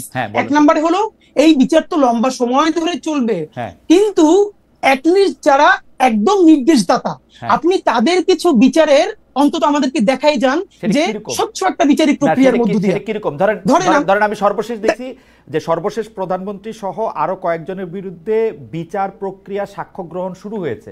এটাকে আর কিভাবে এক্সপেডিট করা যায় আপনার কাছে কি মনে হয়? খালেদ ভাই এইটা দেখেন, এই যে ট্রাইব্যুনাল 2 এইটা গঠন হয়েছে কিছুদিন আগে, অথচ আমরা এই সরকার গঠন হওয়ার সাথে সাথে বলছি ট্রাইব্যুনাল 2 কেন? হাদি, আপনি একজন শিক্ষক মানুষ, আপনি এটা বলেন মামলাটা তো রেডি হইতে সময় লাগে। এইটা একটা এত বড় মামলা, আপনি যদি যেন তেন প্রকারে রেডি করেন, পরের সরকার আসলে বা অন্য কেউ আসলে, অন্য কারো বাজে ইন্টেনশন থাকলে এটা তো টিকবে না। মামলাটা তো রেডি করতে হবে। খালেদ ভাই আপনি একটু আন্তর্জাতিক অপরাধ ট্রাইব্যুনালে যারা কাজ করতেছে তাদেরকে একটু কাইন্ডলি ডাইকে কথা বলেন যে এই মামলা যেন খুবই ভালো ডকুমেন্টেড করে দ্রুত করা যায়। এই জন্য তাদের এক্সট্রা কি ইনিশিয়েটিভ ছিল আমি আপনারে বলি, দায়িত্ব নিয়ে আপনি ফ্যাক্ট চেক করেন। এই যে আইসিটি করা হয়েছে, তাদের সাথে পুলিশ দেওয়া হয়েছে না? সব থেকে দুর্বলতম পুলিশ, যার কান্দা থেকে বন্দুক খুলে বলে আমাদেরকে বলতেছে সেখানকার সদস্যরা, এমনও হয়েছে যে অপরাধী ধরতে গেছে, পুলিশ দৌড়িয়ে পারে না, তো এই যে আন্তর্জাতিক অপরাধ ট্রাইব্যুনালের যে টিম, তারা দৌড়ে আসামি ধরতেছে। কিরে ভাই, ওকে, মানে অপরাধ ট্রাইব্যুনালের যে বন্দুক খুলে পড়ে সেই রকম দিয়ে আপনি রাখছেন। আবার আসবো আপনার কাছে, আপনার বক্তব্য পরিষ্কার। আমি একটু কামাল ভাইয়ের কাছে ফিরি। কামাল ভাই, আপনার বিরুদ্ধে বা আপনার কাছে জানতে চাওয়া হয়েছিল যে জনাব আল মামুন প্রশ্নটি করেছিলেন, আপনি যদি এই ব্যাপারটা একটু অ্যাড্রেস করতেন যে আপনি কয়েকদিন আগে বলেছিলেন জুলাই যোদ্ধাদের না, মানে এই আন্দোলনকারীদের সম্পর্কে যে ডিবি অফিসে ভাত খেয়ে যারা আন্দোলন প্রত্যাহার করেছিল তারা নেতা বনে গেছেন, এইরকম একটা কথা বলেছিলেন। আর আর আর কামাল ভাই, আমি আরেকটু বলি, আমাদের দর্শকদের মধ্যে একটা বড় অংশ বলতেছেন যে এখন পর্যন্ত বোঝা গেছে কেন আমি ডক্টর মোহাম্মদ ইউনূসের সাথে কথা বলি, কারণ ডক্টর মোহাম্মদ ইউনূস আমাকে দাওয়াত দেন নাই। এই কথা ঠিক না। ডক্টর মোহাম্মদ ইউনূসের কাছ থেকে আমার কোনো দাওয়াত খাওয়ার শখ নাই। ডক্টর মোহাম্মদ ইউনূস তো আমাকে মানে উনার দাওয়াত আমি ভাই বড়লোক দাওয়াত, বড় দাওয়াতের দরকার নেই। আমি বলছি উনি আমাকে সাক্ষাৎকারটার জন্য আমি অনেক চেষ্টা করছিলাম, উনি আমাকে বাদে সবাইকে সাক্ষাৎকার দিয়ে বেড়াইতেছে এই প্রধান উপদেষ্টা হওয়ার পরে। দাওয়াতের আমার দরকার নাই ভাই, দাওয়াত শব্দটা আমি ভুল কইছি। ডক্টর মোহাম্মদ ইউনূস ওই হাদিরে, কামাল ভাইরে এদেরকে দাওয়াত দেন, আরো লোকদের দাওয়াত দেন, আমারে দাওয়াত না দিলেও চলবে। আম গুড। কামাল ভাই, আপনি যদি একটু বলতেন যে এই আপনি বলছেন যে যারা ডিবি অফিসে খাওয়া দাওয়া করে নেতা বনে গেছে, এইটার ব্যাখ্যা চাইছে আপনার কাছে। কামাল ভাইকে আমরা শুনতে পাচ্ছি না কোনো কারণে। কামাল ভাই কি মানে কামাল ভাই বলছেন কিন্তু শুনতে পাচ্ছি না। জি কামাল ভাই, আপনি কি শুনতে পাচ্ছেন? এবার পাচ্ছি কামাল ভাই, এবার পাচ্ছি। আচ্ছা, আমি আপনাকে বলি, ওটা একটা প্রসঙ্গক্রমে এসেছিল। প্রসঙ্গটা আমি বলি, একটা মানে হঠাৎ করে বলে না অনেক কিছু বোঝা যায় না। আমার প্রসঙ্গটা ছিল এখানে যে একটা প্রশ্ন উঠেছিল আমার কাছে, যে আমি কিন্তু একদম শুরু থেকেই বলে আসছিলাম যে এই সরকারে দুজন ছাত্র উপদেষ্টা নেওয়াটা ছিল এই সরকারের জন্য একটা বড় ব্লান্ডার। এই কথাটা আমি বলেছিলাম। কেন বলেছিলাম সেটা ব্যাখ্যা করতে যাই বলেছিলাম যে এই ছাত্রদের কিন্তু যাদেরকে নিয়েছিলেন তাদের প্রজ্ঞা, তাদের মেধা, তাদের যোগ্যতা নিয়ে কিন্তু আমি কোনো প্রশ্ন করি নাই। এই কারণে তাদের তো আমি টেস্ট করি নাই, কিভাবে আমি বলবো এটা? কাজে ওইটা আমি বলি নাই। আমি বলেছিলাম ওদেরকে নেওয়ার মাধ্যমে পুরো দেশের যে ঐক্যবদ্ধ ছাত্র যারা ছিল, ছাত্র শক্তি যেটা যুব শক্তি, সেই শক্তিটাকে ভেঙে দেওয়া হয়েছিল। অনেকের মধ্যে প্রশ্ন জেগেছিল যে উনি যদি হয় তাহলে আমি নই কেন, আমি উনার চেয়ে কিসে কম, অথবা উনি কোন বিবেচনায়? এই প্রশ্নটা অনেক ইয়াংদের মধ্যে আমি শুনেছি। কেন শুনেছি সেটাও আমি বলি। কিভাবে শুনেছিল? এভাবে যে আমি ওই দিনই ওই 8 তারিখে একটা টেলিভিশনে ছিলাম, যখন ওইখানে ওই ঘোষণা করা হচ্ছিল নামগুলো, তখন ওইটাকে মূল্যায়ন করার জন্য বলা হয়েছিল। তখন আমার সঙ্গে ওইখানে ইন্ডিপেন্ডেন্ট ইউনিভার্সিটি, সম্ভবত একটা প্রাইভেট ইউনিভার্সিটি একজন স্টুডেন্ট ছিল, সমন্বয়ক ছিল। ওই ভদ্রলোকের তখন মাথার মধ্যে কাটা ছিল, এখানে একটা প্লাস্টার লাগানো ছিল মাথার মধ্যে। সে আমার সঙ্গে ছিল এবং সেখানে তার সঙ্গে আলাপ করতে করতে দেখলাম সে খুবই আনহ্যাপি। সে বলতেছে যে ঢাকা ইউনিভার্সিটি থেকে 2 জনকে নেওয়া হলো উপদেষ্টা হিসাবে, তা আমরা আমাদের এই ত্যাগের কি মূল্যায়ন হলো? দেখেন, ওরা কিন্তু তাৎক্ষণিক মূল্যায়ন খুঁজতেছে। এটা তো মূল্যায়ন খোঁজার ব্যাপার ছিল না, ব্যাপারটা ছিল স্টুডেন্টরা থাকবে প্রেশার গ্রুপ হিসাবে। যদি এমন হতো যে একটা স্টুডেন্টদের সম্পর্কগুলি সমন্বয়কে নিয়ে একটা প্রেশার গ্রুপ করতো, তারা সরকারের সঙ্গে প্রতি 15 দিন পর পর বসতো, বসে বলতো জনগণ এটা চায়, আপনি এটা করতে পারছেন না, তারা একটা প্রেশার দিত, সেটা হতে গভর্নমেন্টের জন্য ভালো। আমি তখন বলেছিলাম যে এই যে 2 জনকে নেওয়া হয়েছে কোন বিবেচনায়? এরা তো মানে 1 নম্বর কথা, তারা ঢাকা ইউনিভার্সিটির যে ইউনিভার্সিটির একজনও নিহত হয় না, যদি আমি ওইভাবে ধরি। প্রাইভেট ইউনিভার্সিটিগুলো তারা তো অনেক ভূমিকা রেখেছে। এবং তারও চেয়ে বড় কথা যে আপনার ওরা কিন্তু আপনার ওখানে মুচুলাকে দিয়ে চলে আসছিল ভাতের হোটেল থেকে, যে তারা আন্দোলন প্রত্যাহার করলো। তারপর আন্দোলনটা আবার নতুন করে জায়গায় তুললো কে? এই প্রাইভেট ইউনিভার্সিটিগুলো। তো প্রাইভেট ইউনিভার্সিটি কি মূল্যায়ন আপনারা করেন নাই তো। আমি কিন্তু এভাবে টু দ্য পয়েন্ট, মানে এদেরকে অবমূল্যায়ন করার জন্য বলছি না, আমি বলছি যে এদেরকে নেওয়াটা পুরো জিনিসটাকে মানুষের মধ্যে, ইয়াংদের মধ্যে যে একটা প্রশ্ন সৃষ্টি করেছিল, সেই কথা বলতে যে এই টাইম বলেছি। এবং আমি ঠিক মনে, অনেকে বলেছে যে প্রেশার দিয়ে করানো হয়েছে। আমি ওকে, এরা কিন্তু বিএনপির অনেক লোককে ভাতের হোটেলে নেওয়া হয়েছে, কেউ তো মুচুলাকে দিয়ে আসে নাই। আপনার ওই মুচুলাকে দিয়ে আন্দোলন প্রত্যাহার করছিলেন কেন? তারপরে যদি প্রাইভেট ইউনিভার্সিটিগুলো আন্দোলনটাকে আরো বেগবান না করতো, তাহলে কিন্তু কামাল ভাই, আপনার কাছে কি মনে হয় না যে একটা 25 থেকে 30-এর ব্যান্ডের কিছু তরুণদেরকে যদি ওই রকম ভাবে, যেভাবে যৌথ রিমান্ড করে, আমরা কিন্তু শুনেছি যে একবার ডিজিএফ এর কাছে, একবার ডিবির কাছে, তারা কোথায় আছে জানা না, তাদেরকে চোখ বাঁধা হয়েছে, এইসব ক্ষেত্রে তো অনেকেই আসলে মুচলেখা দিবে। সেখানে মুচলেখা দেওয়াটাকে আপনি এত বড় করে কেন দেখতেছেন? বা ভাতের হোটেলে ভাত খাওয়া, ডেরোগেটরি রিমার্ক কেন? আমি বললাম তো, এই হারুনের হোটেলে এর আগে অনেক লোক ভাত খেয়েছে। এখন ওনারা যদি বয়সজনিত কারণে অন্যদের মতো শক্ত দৃঢ় না হতে পারেন, তাহলে ওনারা এখন এই বয়সজনিত আমরা কিন্তু কামাল ভাই 111 এর সময়ের কথা আপনার নিশ্চয়ই মনে থাকবে। সেই সময় 111 না কি 11, এটা 111, আমি হারুনের হোটেলের কথা বলছি। যে না, 111 এর সময় আপনি নিশ্চয়ই মনে থাকবে যে আগের কথা বলতেন, 111 এ অনেকে অনেক কিছু বলছে, ওগুলো আমাদের সব মনে আছে। ওবায়দুল কাদের কি বলছে, আব্দুল জলিল কি বলছে, ওগুলো সবই আমরা দেখছি। সাইফুর রহমান কি বলেছেন, সবই আমরা দেখছি, ওগুলো ভিডিও আমরা দেখেছি। বাট সেটা তো অন্য হিসাব। কিন্তু এখানে তো, এবং ওখানে কেউ কিন্তু মুচুলাকা দিয়ে আসে নাই, এখানে তো তারা আন্দোলন প্রত্যাহার ঘোষণা দিয়েছে। আচ্ছা ঠিক আছে, আমরা একটু জনাব হাদির কাছে আসি এই বিষয়ে। জনাব হাদির কাছে যাওয়ার আগে আমি 2-1টা বিষয়, একটু আমাদের অনেক দর্শক আজকে এঙ্গেজ হয়েছেন। কামাল ভাই, আপনার অনুমতি নিয়ে একটু বেশি সময় যদি আমাদের সঙ্গে থাকেন। হাদি, আপনি যদি একটু বেশি সময় থাকেন, কারণ অনেক দর্শক আমাদের সঙ্গে আছে, একটু যদি থাকেন। একজন প্রশ্ন করেছেন, জুলাই আন্দোলনে খালেদ মহিউদ্দিন আপনার অবদান কি? আমার কোনো অবদান নাই জুলাই আন্দোলনে, আমি সাংবাদিক মানুষ, আন্দোলনে অবদান আমার নাই। 2 নাম্বার হচ্ছে যে তারেক সাহেবের ইন্টারভিউ কেন নেন নাই? তারেক সাহেবের ইন্টারভিউ নিতে গত 5 বছর ধরে আমি ক্রমাগত চেষ্টা করে যাচ্ছি, তারেক সাহেব আমাকে ইন্টারভিউ দিচ্ছে না। শেখ হাসিনার ইন্টারভিউ নেওয়ার জন্য আমি গত 8-9 বছর অনেকবার চেষ্টা করেছি। একবার ডয়েচে ভেলে থেকে বিশেষ অ্যাসাইনমেন্টে উনি জেনেভায় এসেছিলেন, জেনেভায় তার হোটেলের নিচে দাঁড়িয়েছিলাম, উনি পুলিশ দিয়ে আমাকে, মানে সুইস পুলিশ দিয়ে আমাকে সেই জায়গা ত্যাগ করতে বাধ্য করেছেন। এমনকি সজীব ওয়াজেদ জয়, আমি ডয়েচে ভেলেতে থাকা অবস্থায় আমার আরেক কলিগকে ইন্টারভিউ দিয়েছেন, আমাকে ইন্টারভিউ দেন নাই। ডক্টর মোহাম্মদ ইউনূস যতদিন আসলে সরকারের প্রধানের ক্ষমতায় ছিলেন না, তখন আমাকে ইন্টারভিউ দিয়েছেন, প্রথম ইন্টারভিউটা, এখন দেন নাই। সেটাই হচ্ছে কথা। আমি জনাব হাদি আপনার কাছে আসি। জনাব হাদি, যেই নির্বাচনটা কখন হবে সেই প্রসঙ্গের মধ্যে থেকে, এবং জনাব মাসুদ কামাল ভাই এনসিপির কথাও একটু বলতেছিলেন যে যারা নেতা হয়েছেন সেখানে, আমাদের অনেকে আপনাকে এই প্রশ্ন করেছেন, আমাদের গবেষক দলে একটি আপনাকে প্রশ্ন করেছেন যে 5 আগস্ট ডক্টর ইউনূস জুলাই ঘোষণাপত্র পাওয়ার পরে এনসিপি বা বাংলাদেশ গণতান্ত্রিক ছাত্র সংসদ, এবং এমনকি আপনাদের মধ্যে এক ধরনের মনোমালিন্য, ঘরের মধ্যে মশারি, কেউ কেউ বলতেছেন দলের মধ্যে দল, আপনারা আলাদা হচ্ছেন নাকি আপনারা এক হচ্ছেন, সেরকম অনেক কথা বলছেন। আপনি ব্যাপারটাকে আসলে কিভাবে দেখেন? প্রশ্নের মধ্যে আরো প্রশ্ন আছে, আপনাকে অনেকে প্রশ্ন করেছেন, শুধু আপনাকে দর্শকরা এই প্রশ্নটাও করেছেন যে আপনি এনসিপি তে যান নাই কেন, আপনি নাগরিক কমিটিতে থাকলেন, এনসিপি যখন হইলো তখন আপনি গেলেন না কেন? আচ্ছা, এটা আমি বলতেছি, এটা আমি ফেসবুকে অনেক আগে ক্লিয়ার করছি, তারপর আমি আপনাকে একটু বলি। যেহেতু প্রশ্নটা আসে না, আমি ভাবছি আপনি হয়তো প্রশ্নটা পড়বেন, তা আমি একটু আপনার মাধ্যমে মাসুদ ভাইকে একটু কাইন্ডলি প্রশ্ন করে রাখতে চাই। আমি পুরোটা দেখি নাই, বাট যেহেতু ইউটিউবে প্রচুর ছড়াচ্ছে, থাম্বনেল দেখে দেখেছি যে মাসুদ ভাই বলেছেন যে আসলে আওয়ামী লীগ ছাড়া এই নির্বাচন ইনক্লুসিভ হবে না। এটা আমার সর্বশেষ প্রশ্ন, কামাল ভাইয়ের জন্য এটা সর্বশেষ প্রশ্ন, কামাল ভাই এটা মনে করেন কিনা? ঠিক আছে ঠিক আছে, এটা আমার অবশ্যই প্রশ্ন যে কামাল ভাই এটা মনে করেন কিনা। জি রাইট, আপনি যদি আপনি বলেন। নাম্বার 2 হলো এইখানে ভাই কয়েকটা ব্যাপার, যে মুচলেকা দেওয়ার যে কথাটা বললেন না মাসুদ কামাল ভাই, যে ওরা কেন মুচলেকা দিল, একটা ব্যাপার হলো দেখেন, এই গণ অভ্যুত্থানের পরে আমাদের সাথে যারা উপদেষ্টা হয়েছে, বিভিন্ন আন্দোলন করছে, এদের ব্যাপারে যখন যেটা দেখেছি আমরা সমালোচনা করেছি। কিন্তু একটা ব্যাপার দেখেন খালেদ ভাই, আমারে আজকে আপনারা যত বিপ্লবী মুভি দেখেন, যাই দেখেন, আমি নাহিদের হাজারটা সমালোচনা করছি, নাহিদের করছি, অন্যদের করতেই থাকবো, কিন্তু এরপর আমি যেটুকুনি অ্যাড্রেস করব, যদি এই ফ্যাসিবাদের পতন না হইতো, তাইলে যদি প্রথম কারো ফাঁসি হইতো, সেই ফাঁসিটা নাহিদের হইতো, আমার ওয়াকার সাহেবের হইতো, ওয়াকার সাহেবের হয়তো সেটা কি ওয়াকার সাহেবের আগে হইতো না নাহিদ সাহেবের আগে হইতো, এটা নিয়ে আমার ডাউট আছে। কারণ আমার কাছে মনে হয় যে শেখ হাসিনার পুরা দায়টা ওয়াকার সাহেবের দেয়। উনি মনে করেন না নাহিদ সাহেব এত বড় বিপ্লবী, উনি মনে করে ওয়াকার সাহেব বেইমান করছে। আপনি বয়ানটা দেখেন কিন্তু। আচ্ছা ওকে, সেটা যেটাই হোক, কিন্তু সিভিলিয়ানদের মধ্যে, কারণ নাহিদ যেদিন 3 দফা মানে 1 দফায় ঘোষণা করেছে, সেদিন কিন্তু তার মৃত্যুর পরোয়ানা মানে সে স্বাক্ষর করেছে। এখন এখানে ব্যাপার মুচলেকা দেওয়ার ব্যাপারটা মাসুদ ভাই কেন রিলেট করতে পারবেন আমি আপনাকে বলি। এর কারণ হলো মাসুদ ভাই এর উত্তরটা একটু আগে বলছে, আপনাকে বললো না যে ওনাকে আওয়ামী লীগের সময়েও ডিজিএফআই থেকে 2-3 বার চা খাইতে ডাকছে, তো উনি যান নাই, কিন্তু কিছু হয় নাই।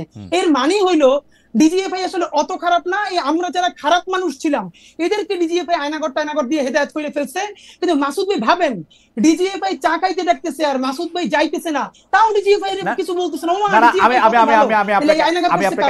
আমি আপনাকে কিছু ছোট স্মরণ করাই দিই। নুরুল কবির ভাই, আমি আমার অনুষ্ঠানে অন্য কোনো কথা যেটা আমি দায়িত্ব নিয়ে করছি, নুরুল কবির ভাই আমার অনুষ্ঠানে গিয়া ডিজিএফআই রে, শেখ হাসিনা রে, মানে ইন্ডিপেন্ডেন্ট টেলিভিশন অনুষ্ঠানে এমন কথা বলছে যেগুলো আমি এখন মুখ দিয়ে কইতে পারবো না।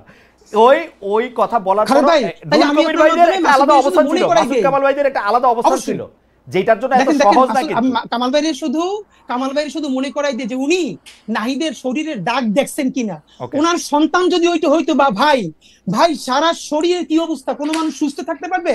নাহিদের হাজারটা সমালোচনা আমি করি, কিন্তু ভাই নাহিদের শরীরের দাগ কি দেখা যায়? এইটা হলো একটা প্রশ্ন, সুতরাং মুসলিমের উত্তর পাবেন। নাম্বার 2, এই সরকারের ভাই বললো না যে ভাই দেখেন, আমি নিজেও বলি এই সরকারে যারা উপদেষ্টা হয়েছে ছাত্রদের, প্রথম হলো কে হয়েছে এই প্রশ্নটা পরে। এখন ধরেন আমাদের প্রাইভেট বিশ্ববিদ্যালয়কে আমরা বলি এই আন্দোলনের বাঁশের কেল্লা। ঢাকা বিশ্ববিদ্যালয় যখন একদম মুক্ত হয়ে গেছে, পুরো আন্দোলন মরে গেছে, তখন এই আন্দোলনকে নতুন করে জীবন দিয়েছে, বাঁচিয়ে রেখেছে প্রাইভেট বিশ্ববিদ্যালয়। কারণ আমার বাসা রামপুরে, আমি আন্দোলনের শুরু থেকে শেষ পর্যন্ত ব্র্যাকের সামনে, ইস্ট ওয়েস্টের সামনে এই পুরো ঘটনার সাক্ষী যে কি হয়েছে। সুতরাং এখন কথা হলো ভাই, ধরেন 10 জন উপদেষ্টা নিবে ছাত্রদের মধ্য থেকে, তাইলেও কি সকল প্রাইভেট বিশ্ববিদ্যালয় থেকে একজন করে নেওয়া সম্ভব? বাকি যে হাজার হবে না, সেও তো প্রশ্ন তুলবে, এটা কোনো প্রক্রিয়া না। কিন্তু আমরা বরং যেটা করতে চাই, এই যে 2 জন ছাত্র উপদেষ্টা হইলো, এখানে তো 2 জন নেওয়া ঠিক হয় না। এই সরকারের একমাত্র বৈধতা এই ছাত্র উপদেষ্টারা তাদের সাথে আছে। কারণ যখনই তারা চাপে পড়ে কোনো অকাজ কইরা, তখন বলে আমাদের সাথে ছাত্ররা আছে। কিন্তু ছাত্ররা যে দাবি জানায়, সেগুলো সে ডক্টর ইউনূস সাহেব একটাও বাস্তবায়ন করে না, ক্যাবিনেটে বাস্তবায়ন করে না। কেন করে না? কারণ এই ক্যাবিনেটের অনেকজন উপদেষ্টা ইতিমধ্যে বিভিন্ন রাজনৈতিক দলের সাথে নেগোসিয়েশন করছে। আমার কিন্তু তাই মনে হয় যে আপনি কি সেটা বলেন যে 7 জন উপদেষ্টাই বা 10 জন উপদেষ্টাই ছাত্রদের থেকে নেওয়া উচিত ছিল? আমি মনে করি 3 ভাগের ন্যূনতম 1 ভাগ, 3 ভাগের ন্যূনতম 1 ভাগ ছাত্রদের মধ্য থেকে নেওয়া উচিত ছিল, এবং এখান থেকে অবশ্যই প্রাইভেট বিশ্ববিদ্যালয় থেকে নেওয়া উচিত ছিল। 3 ভাগের 1 ভাগ মানে আপনি 8 জনের কথা বলতেছেন যে ছাত্র 8 জন অন্তত। এবং আমরা সেখানে প্রেস ব্রিফ করে বলেছি এইখান থেকে প্রাইভেট বিশ্ববিদ্যালয় থেকে নিতে হবে মিনিমাম 2 জন।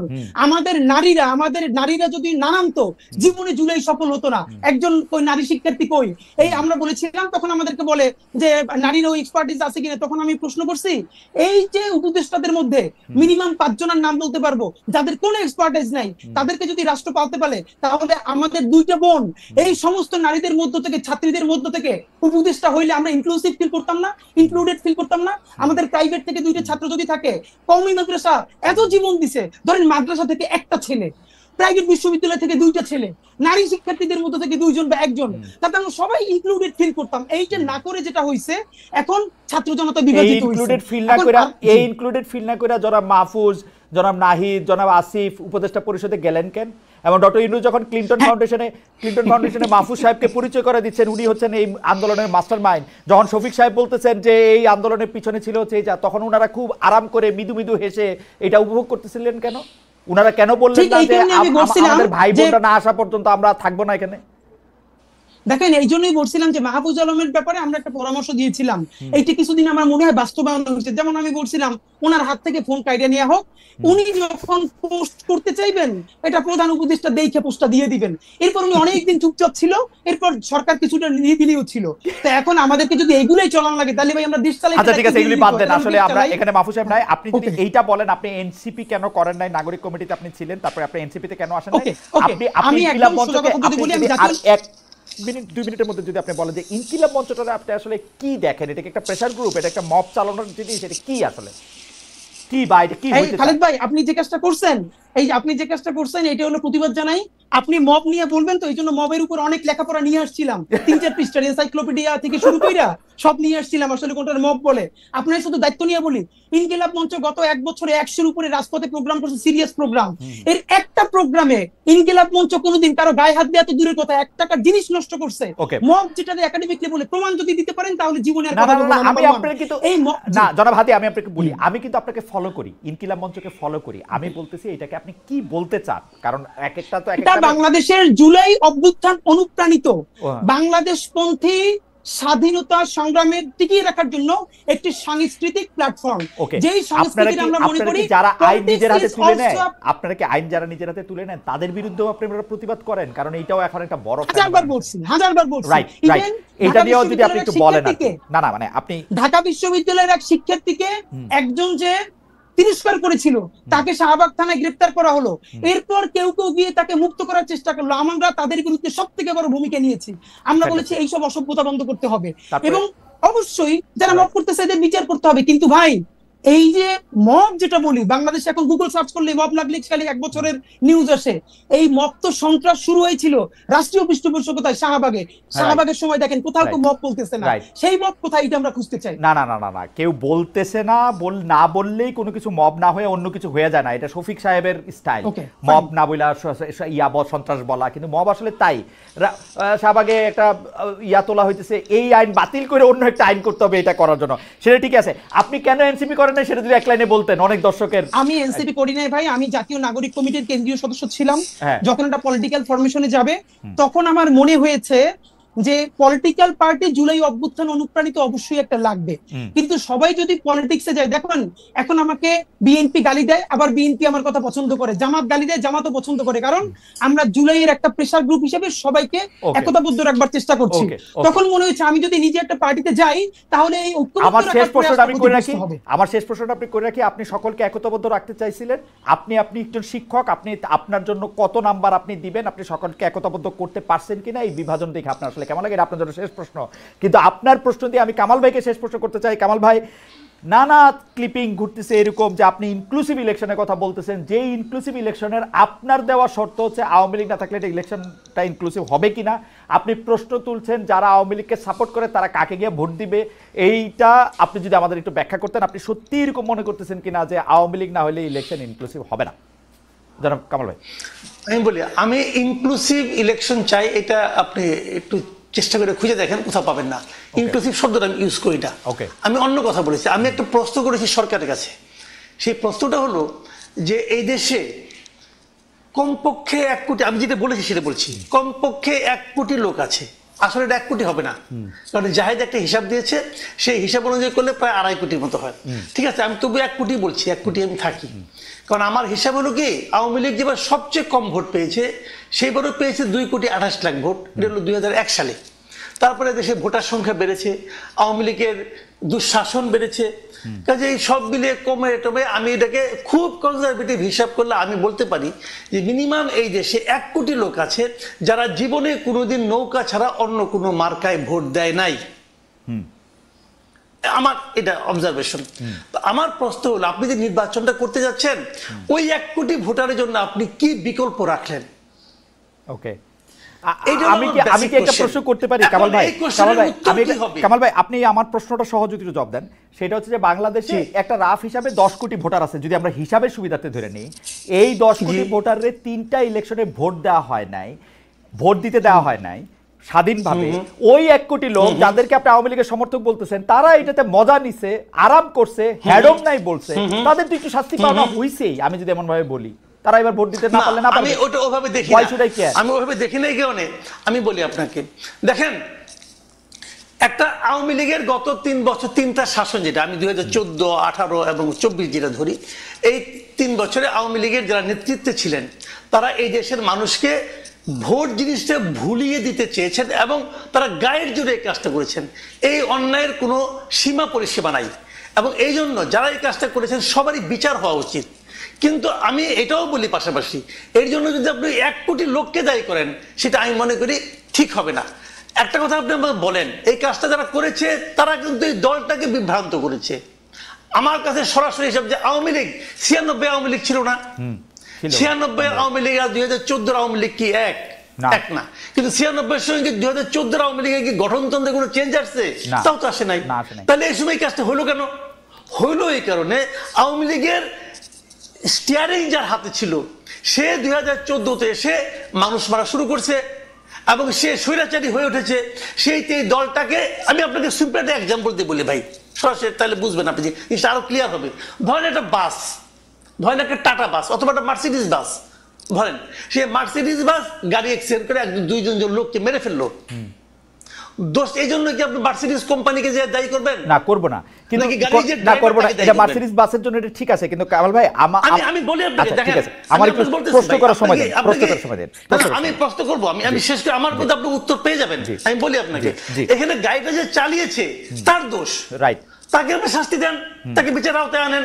তা আওয়ামী লীগ যারা চালিয়েছে গত 15 বছর, তারা প্রত্যেকটা লোক যদি খারাপ হয়, প্রত্যেকটা লোককে বিচারের আওতায় আপনি আনেন, প্রত্যেকের লোককে আপনি আনেন। আমার কোনো আপত্তি নেই, এমনকি উপজেলা পর্যায়ে পর্যন্ত, এমনকি ইউনিয়ন পর্যায়ে পর্যন্ত যারা আওয়ামী লীগের কাজগুলি করেছে, ব্যক্তি ধরে ধরে, তার অপরাধ ধরে ধরে তাদেরকে প্রত্যেকটা আপনি বিচার করেন। কিন্তু যারা আওয়ামী লীগের সঙ্গে জড়িত, আওয়ামী লীগ করে না, আওয়ামী লীগ করে না মানে কি, তারা আওয়ামী লীগের কমিটিতে ছিল না, আওয়ামী লীগের সুবিধা নেয়নি, অথবা আওয়ামী লীগকে কেবল ভোট দেয়, অনেক লোক আছে এরকম, তারা আওয়ামী লীগের যে ভোটটা দিয়ে আসে আর কিছু না, এবং সে নৌকা মার্কা ছাড়া আর কোনো মার্কে ভোট দেয় না, এরকম লোকের সংখ্যা আমি বললাম মিনিমাম 1 কোটি আছে। সেই লোকগুলির জন্য আপনার বিকল্প আপনি কি রাখবেন? এই প্রশ্নটা আমি করতে পারবো না? পারবেন, কিন্তু আমি প্রশ্নটা করি, এই প্রশ্নটা আমি কামাল ভাই বলি। আপনি যে মার্সিডিজ গাড়ির উদাহরণটি দিয়েছেন, যেখানে চালকের উদাহরণ দিয়েছেন, যেখানে প্যাসেঞ্জারের উদাহরণ দিয়েছেন, আওয়ামী লীগের সেই সমর্থক 1 কোটিকে যদি আপনি প্যাসেঞ্জার বলেন, তারা কোনোদিন ওই চালকের ব্যর্থতাকে চালকের ব্যর্থতা মনে করে না, আমার অন্তত জানা নাই। তারা যে এরা না থাকলে, যাদেরকে আপনি ধরে ধরে বিচার করা করতেছেন, তারা ভোট দিতে চায়, এটাও আমি কোনো সময় শুনি নাই।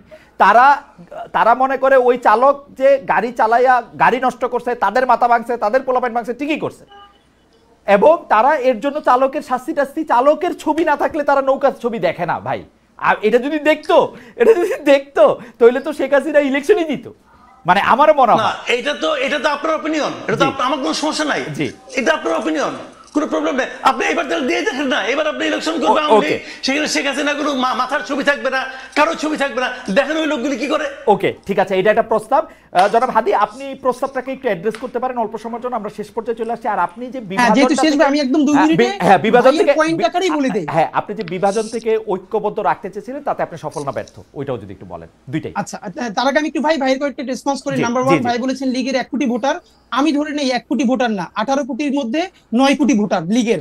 আমি শুধু খালেদ ভাইরেও জিজ্ঞেস করি থাকে, আর মাসুদ ভাইরেও, জার্মানিতে 5 বছর আগেও গবেষণা হয়েছে যে প্রচুর মানুষ এখনো নাজিদের সমর্থন করে। শুধু তাই না, প্রচুর না, হাদি কারেকশন, প্রচুর না, আমি আপনাকে বলি ভাই, ফাঁকে একটু বলি ভাই, এই যে ভারতে কিছু বছর আগে আবারও আইন করে হিটলারের মাইন ক্যাম্প বই নিষিদ্ধ করা হয়েছে, মানে হিটলারকে মানুষ এতভাবে পড়তে চাইতেছে। এখন কথা হইলো, আপনার কি প্রথমে যুক্তি নাকি ন্যায় অন্যায়? আপনি যুক্তি দিয়ে অনেক কথা বলতে পারবেন, কিন্তু বিচার করবেন কিনা, জাস্টিস করবেন কিনা? আমাদের প্রথম অবস্থানটা হইলো, লীগ কোনো রাজনৈতিক দলই নয়। আওয়ামী লীগ বাংলাদেশে কোনো রাজনৈতিক দলই নয়, এটা একটা সোজা কথা মাফিয়া গোষ্ঠী।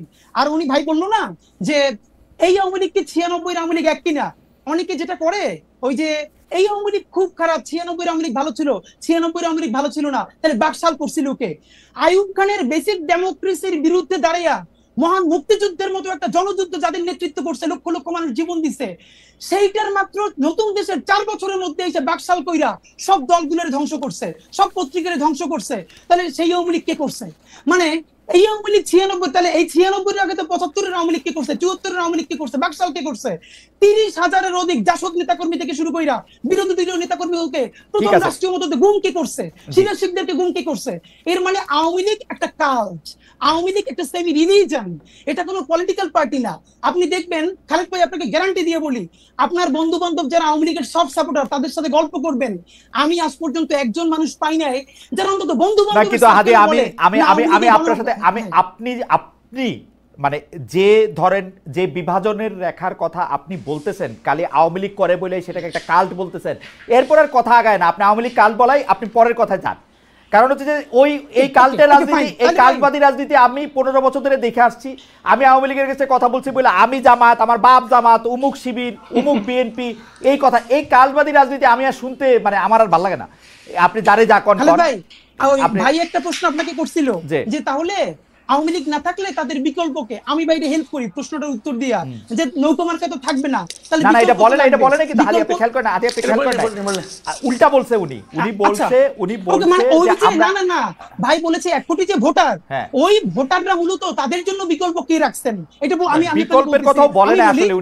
উনি বলছে যে আমি যখন বললাম যে আওয়ামী লীগ যারা সাপোর্ট করে তারা প্যাসেঞ্জার হইলো, তারা ড্রাইভারের অ্যাক্সিডেন্টের জন্য ড্রাইভারকে দায়ী করে না। ওকে তাহলে ভাই আমি তবুও বলছি যে এটা আমরা ভোটে পরীক্ষা করে দেখি। আপনার কথা হয়তো ঠিক, কিন্তু আমরা এটা ভোটে পরীক্ষা করে দেখি, কোনো ছবি বা কোনো কিছু। এখন ভোটে যে পরীক্ষা করবেন, এই জন্য হাজারবার বলছি আমাদের লাগবে একটা ট্রুথ এন্ড রিকনসিলিয়েশন কমিশন।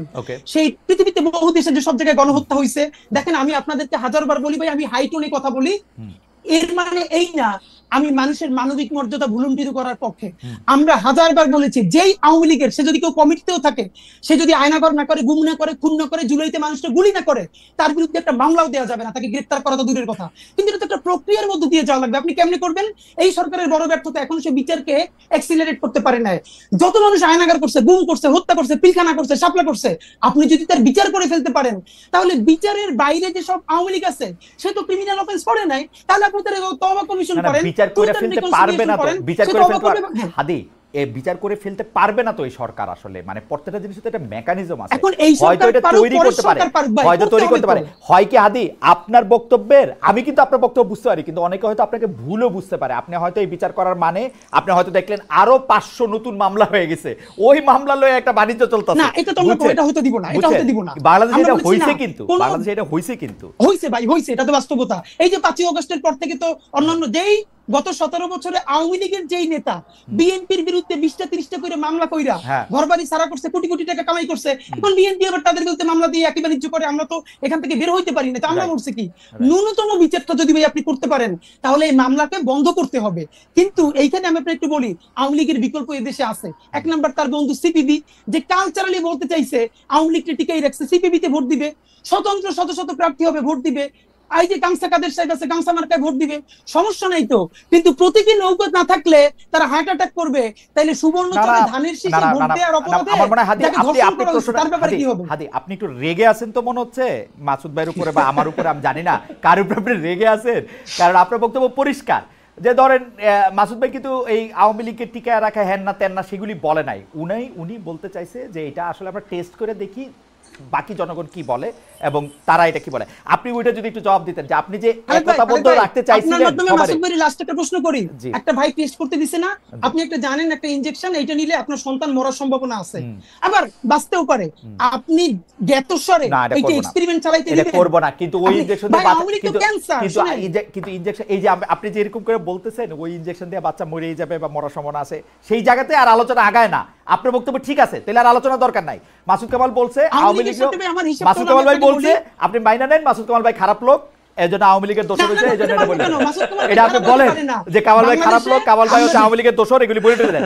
কিন্তু আপনি না, না, আমারে এগুলো আমি একবারও না না বলিনি, না না দেখেন না আজকে না একবারও না বলছি এটা তো কিনা? আপনি বলতেছেন না, আমি একবারও আমি বলছি বলতেছি কিনা এটা? কারণ আছে আপনারা যারা খালিদ ভাই, please, খালিদ ভালোবাসেন, ভাই, আপনারা যারা শেষ ভালোবাসেন করবেন? তারা বলতেছেন কামাল ভাই খারাপ লোক, ভাই, সেজন্য খালিদ ভাই, আমি বলি প্লিজ, আমি যে বলি না এইটা আমার মুখের উপর না বসাই না দিবেন না ভাই, প্লিজ। হ্যাঁ আমি বলতেছি যে আপনি বইলা দেন খারাপ তৈলি তো হইলো, এটা শেষ করেন, না, কিন্তু বলবো ওই কেন? জায়গাটা থেকে বলেন যে খারাপ না তার আমি বলবো কেন? ওইটা আপনি ওই জায়গা থেকে বলেন যে একতাবদ্ধ রাখতে আপনি চাইছিলেন, সেইটাতে আপনি বিভাজনটা দেখেন কিনা এবং একতাবদ্ধের জায়গায় আপনি কতটা সফল বা ব্যর্থ দেখেন। এবং Okay, আপনার এইখানে যদি আপনি 10 নম্বর আপনার দেন- অনুমতি নিয়ে আপনার কথা শেষ হইলে আমরা খালি কামাল ভাইকে 15টা সেকেন্ড বা 20টা সেকেন্ড শুনবো, অনুষ্ঠান শেষ করে ওকে দেব। ওকে জি, ভাই, আমি আমরা থামলাম। যে জুলাইয়ের স্পিরিটটাকে ঐক্যবদ্ধ রাখতে চাইছিলাম, এইটা আমরা প্রচন্ড কষ্ট করে, যদি আমার নাম্বার দিতে বলেন তাহলে তো সমস্যা, 10-এ তো 10 আমি আমারই দিয়ে দিব, সেটা না। আমি মনে করি এই 1 বছর পর আসলে মার্কিং করার সময়টাই আসে নাই প্রধানত। এরপরও যতটুকু আশারালো আমরা সবার মাধ্যমে দাঁড়াই রাখতে পারছি জুলাই নিয়ে, তাতে অন্তত 10-এ আমরা আমাদেরকে 5 দিতে মানে চাই। আপনি বিভাজনটা ঠেকাইতে পারছেন কিনা, আপনার মার্ক দেয়া আপনার উদ্দেশ্য ছিল হ্যাঁ। সেটা আমি জানি, বিভাজন ঠেকাইতে হ্যাঁ পারছেন হ্যাঁ কিনা হ্যাঁ, মানে আমরা অনেক এটা। জায়গায় বিভাজন ঠেকাইতে পারছি, আচ্ছা। আমরা অনেক জায়গায় বিভাজন ঠেকাইতে পারছি। ওকে ওকে কামাল ভাই আপনি যদি একটু 20 সেকেন্ড যদি একটু বলেন, শেষ করে দেন আর কি। যদি আমি আসলে শুনেন, এত আলোচনা, অনেক আলোচনা তো হলো, আপনার মানে রেগে যাওয়া আলোচনা, ঠান্ডা মাথায় আলোচনা, আক্রমণের আলোচনা, আবার আপোষের আলোচনা, সবই ভালো, এগুলি সবই কিন্তু হেলদি, আমি এটা নিয়ে কোনো আপত্তি নেই আমার। আমি খালি ফিনিশিং যে কথাটা বলবো, আমি মনে করি যে একটা জাতিকে ঐক্যবদ্ধ না করলে, একটা জাতিকে বিভক্ত করে আপনি সেই জাতিকে অগ্রসর করতে পারবেন না। এটা পৃথিবীর কোথাও পারে নাই। আওয়ামী লীগের 15 বছরে আমরা দেখেছি আওয়ামী লীগ জাতিটাকে বিভক্ত করে ফেলেছিল, মুক্তিযুদ্ধ, চেতনা, এই সমস্ত কথা বলে জাতিটাকে বিভক্ত করেছিল। বিভক্ত করে তারা বিএনপি শেষ পর্যন্ত বলতো একটা সন্ত্রাসী দল, জামাতকে নিষিদ্ধ করতে হবে, এই সমস্ত কথা বলে তারা দেশটাকে বিভক্ত করেছিল। এবং তখন আমি কিন্তু বলেছিলাম যে এই যে বিএনপির যে মানে কয়েক কোটি ভোটার আছে, জামাতের যে কিছু ভোটার আছে, এদেরকে আপনারা কি করবেন? এদেরকে নিয়ে বঙ্গোপসাগরে ফেলে দিবেন? আমি আওয়ামী লীগের শাসনামলে এই কথা বলেছিলাম যে এটা হয় না, এভাবে দেশকে বিভক্ত করে আপনি অগ্রসর হতে পারবেন না। আমি ভেবেছিলাম যে ডক্টর ইউনূস যখন ক্ষমতায় আসছে তিনি দেশটাকে ঐক্যবদ্ধ করার চেষ্টা করবেন, কিন্তু আমি বিস্ময়ের সঙ্গে লক্ষ্য করলাম, একই সঙ্গে বেদনার সঙ্গে লক্ষ্য করছি, ডক্টর ইউনূস সেই কাজটা করতে পারেন নাই। বরঞ্চ যে কাজটা করতে আওয়ামী লীগের 15 বছর লাগছে, সেটা ডক্টর ইউনূস 15 মাসের আগেই করে ফেলেছে। এবং এই জুলাই আন্দোলনকারীদের মধ্যেও থেকে অনেক দ্বিধা, অনেক বিভক্তি তৈরি করছে। হাদি আপনিও একটু 20 সেকেন্ড বলেন, কারণ আমরা কামাল ভাইকে দিয়ে শুরু করছিলাম, আপনাকে দিয়ে শেষ করি। আমি ভাই যেটা শেষে বলতে চাই, অবশ্যই আমাদের জাতি গঠনে যেতে হবে এবং ট্রুথ অ্যান্ড রিকনসিলিয়েশন কমিশন করতে হবে। সেটার আগে বিচারটা ন্যূনতম নিশ্চিত করে আমরা নতুন করে যে আমাদের জাতি গঠন প্রক্রিয়া পুরো ঐক্যবদ্ধভাবে, কোনো ট্যাগিং পলিটিক্স, কাল্টের পলিটিক্স থেকে বাদ দিয়ে আমরা বাংলাদেশ কামস ফার্স্ট এইটাকে সামনে রেখে রাজনীতিটা করতে হবে। তার আগে অবশ্যই গণহত্যার বিচার করতে হবে, রাষ্ট্রের ন্যূনতম সংস্কার করে নির্বাচনের দিকে যেতে হবে। ওকে, জনাব শরীফ ওসমান হাদী আপনাকে অনেক অনেক ধন্যবাদ, জনাব মাসুদ কামাল আপনাকে অনেক ধন্যবাদ। আপনাদের দুইজনের অনেকগুলি বিষয়, অনেক রকম আলোচনার মধ্যে, যেটা কামাল ভাই শেষে একটু বলছেন যে আমরা অনেক কিছু জানছি, যেটাকে হেলদি বলছেন। শরীফ ওসমান হাদীও বিষয়টাকে নানাভাবে স্বাগত জানিয়েছেন। আপনাদের মন্তব্য আমাদের অনেক বিষয়ে আলো দেখিয়েছে। দর্শক অনেকে ছিলেন আজকে, অনেক ধরনের মন্তব্য করেছেন। আপনাদের দুজনকে অনেক অনেক ধন্যবাদ এবং কৃতজ্ঞতা জানিয়ে আজকের অনুষ্ঠান এখানেই শেষ করছি আমি, এবং দর্শক আপনাদেরকে শুভেচ্ছা এবং আবারও ধন্যবাদ।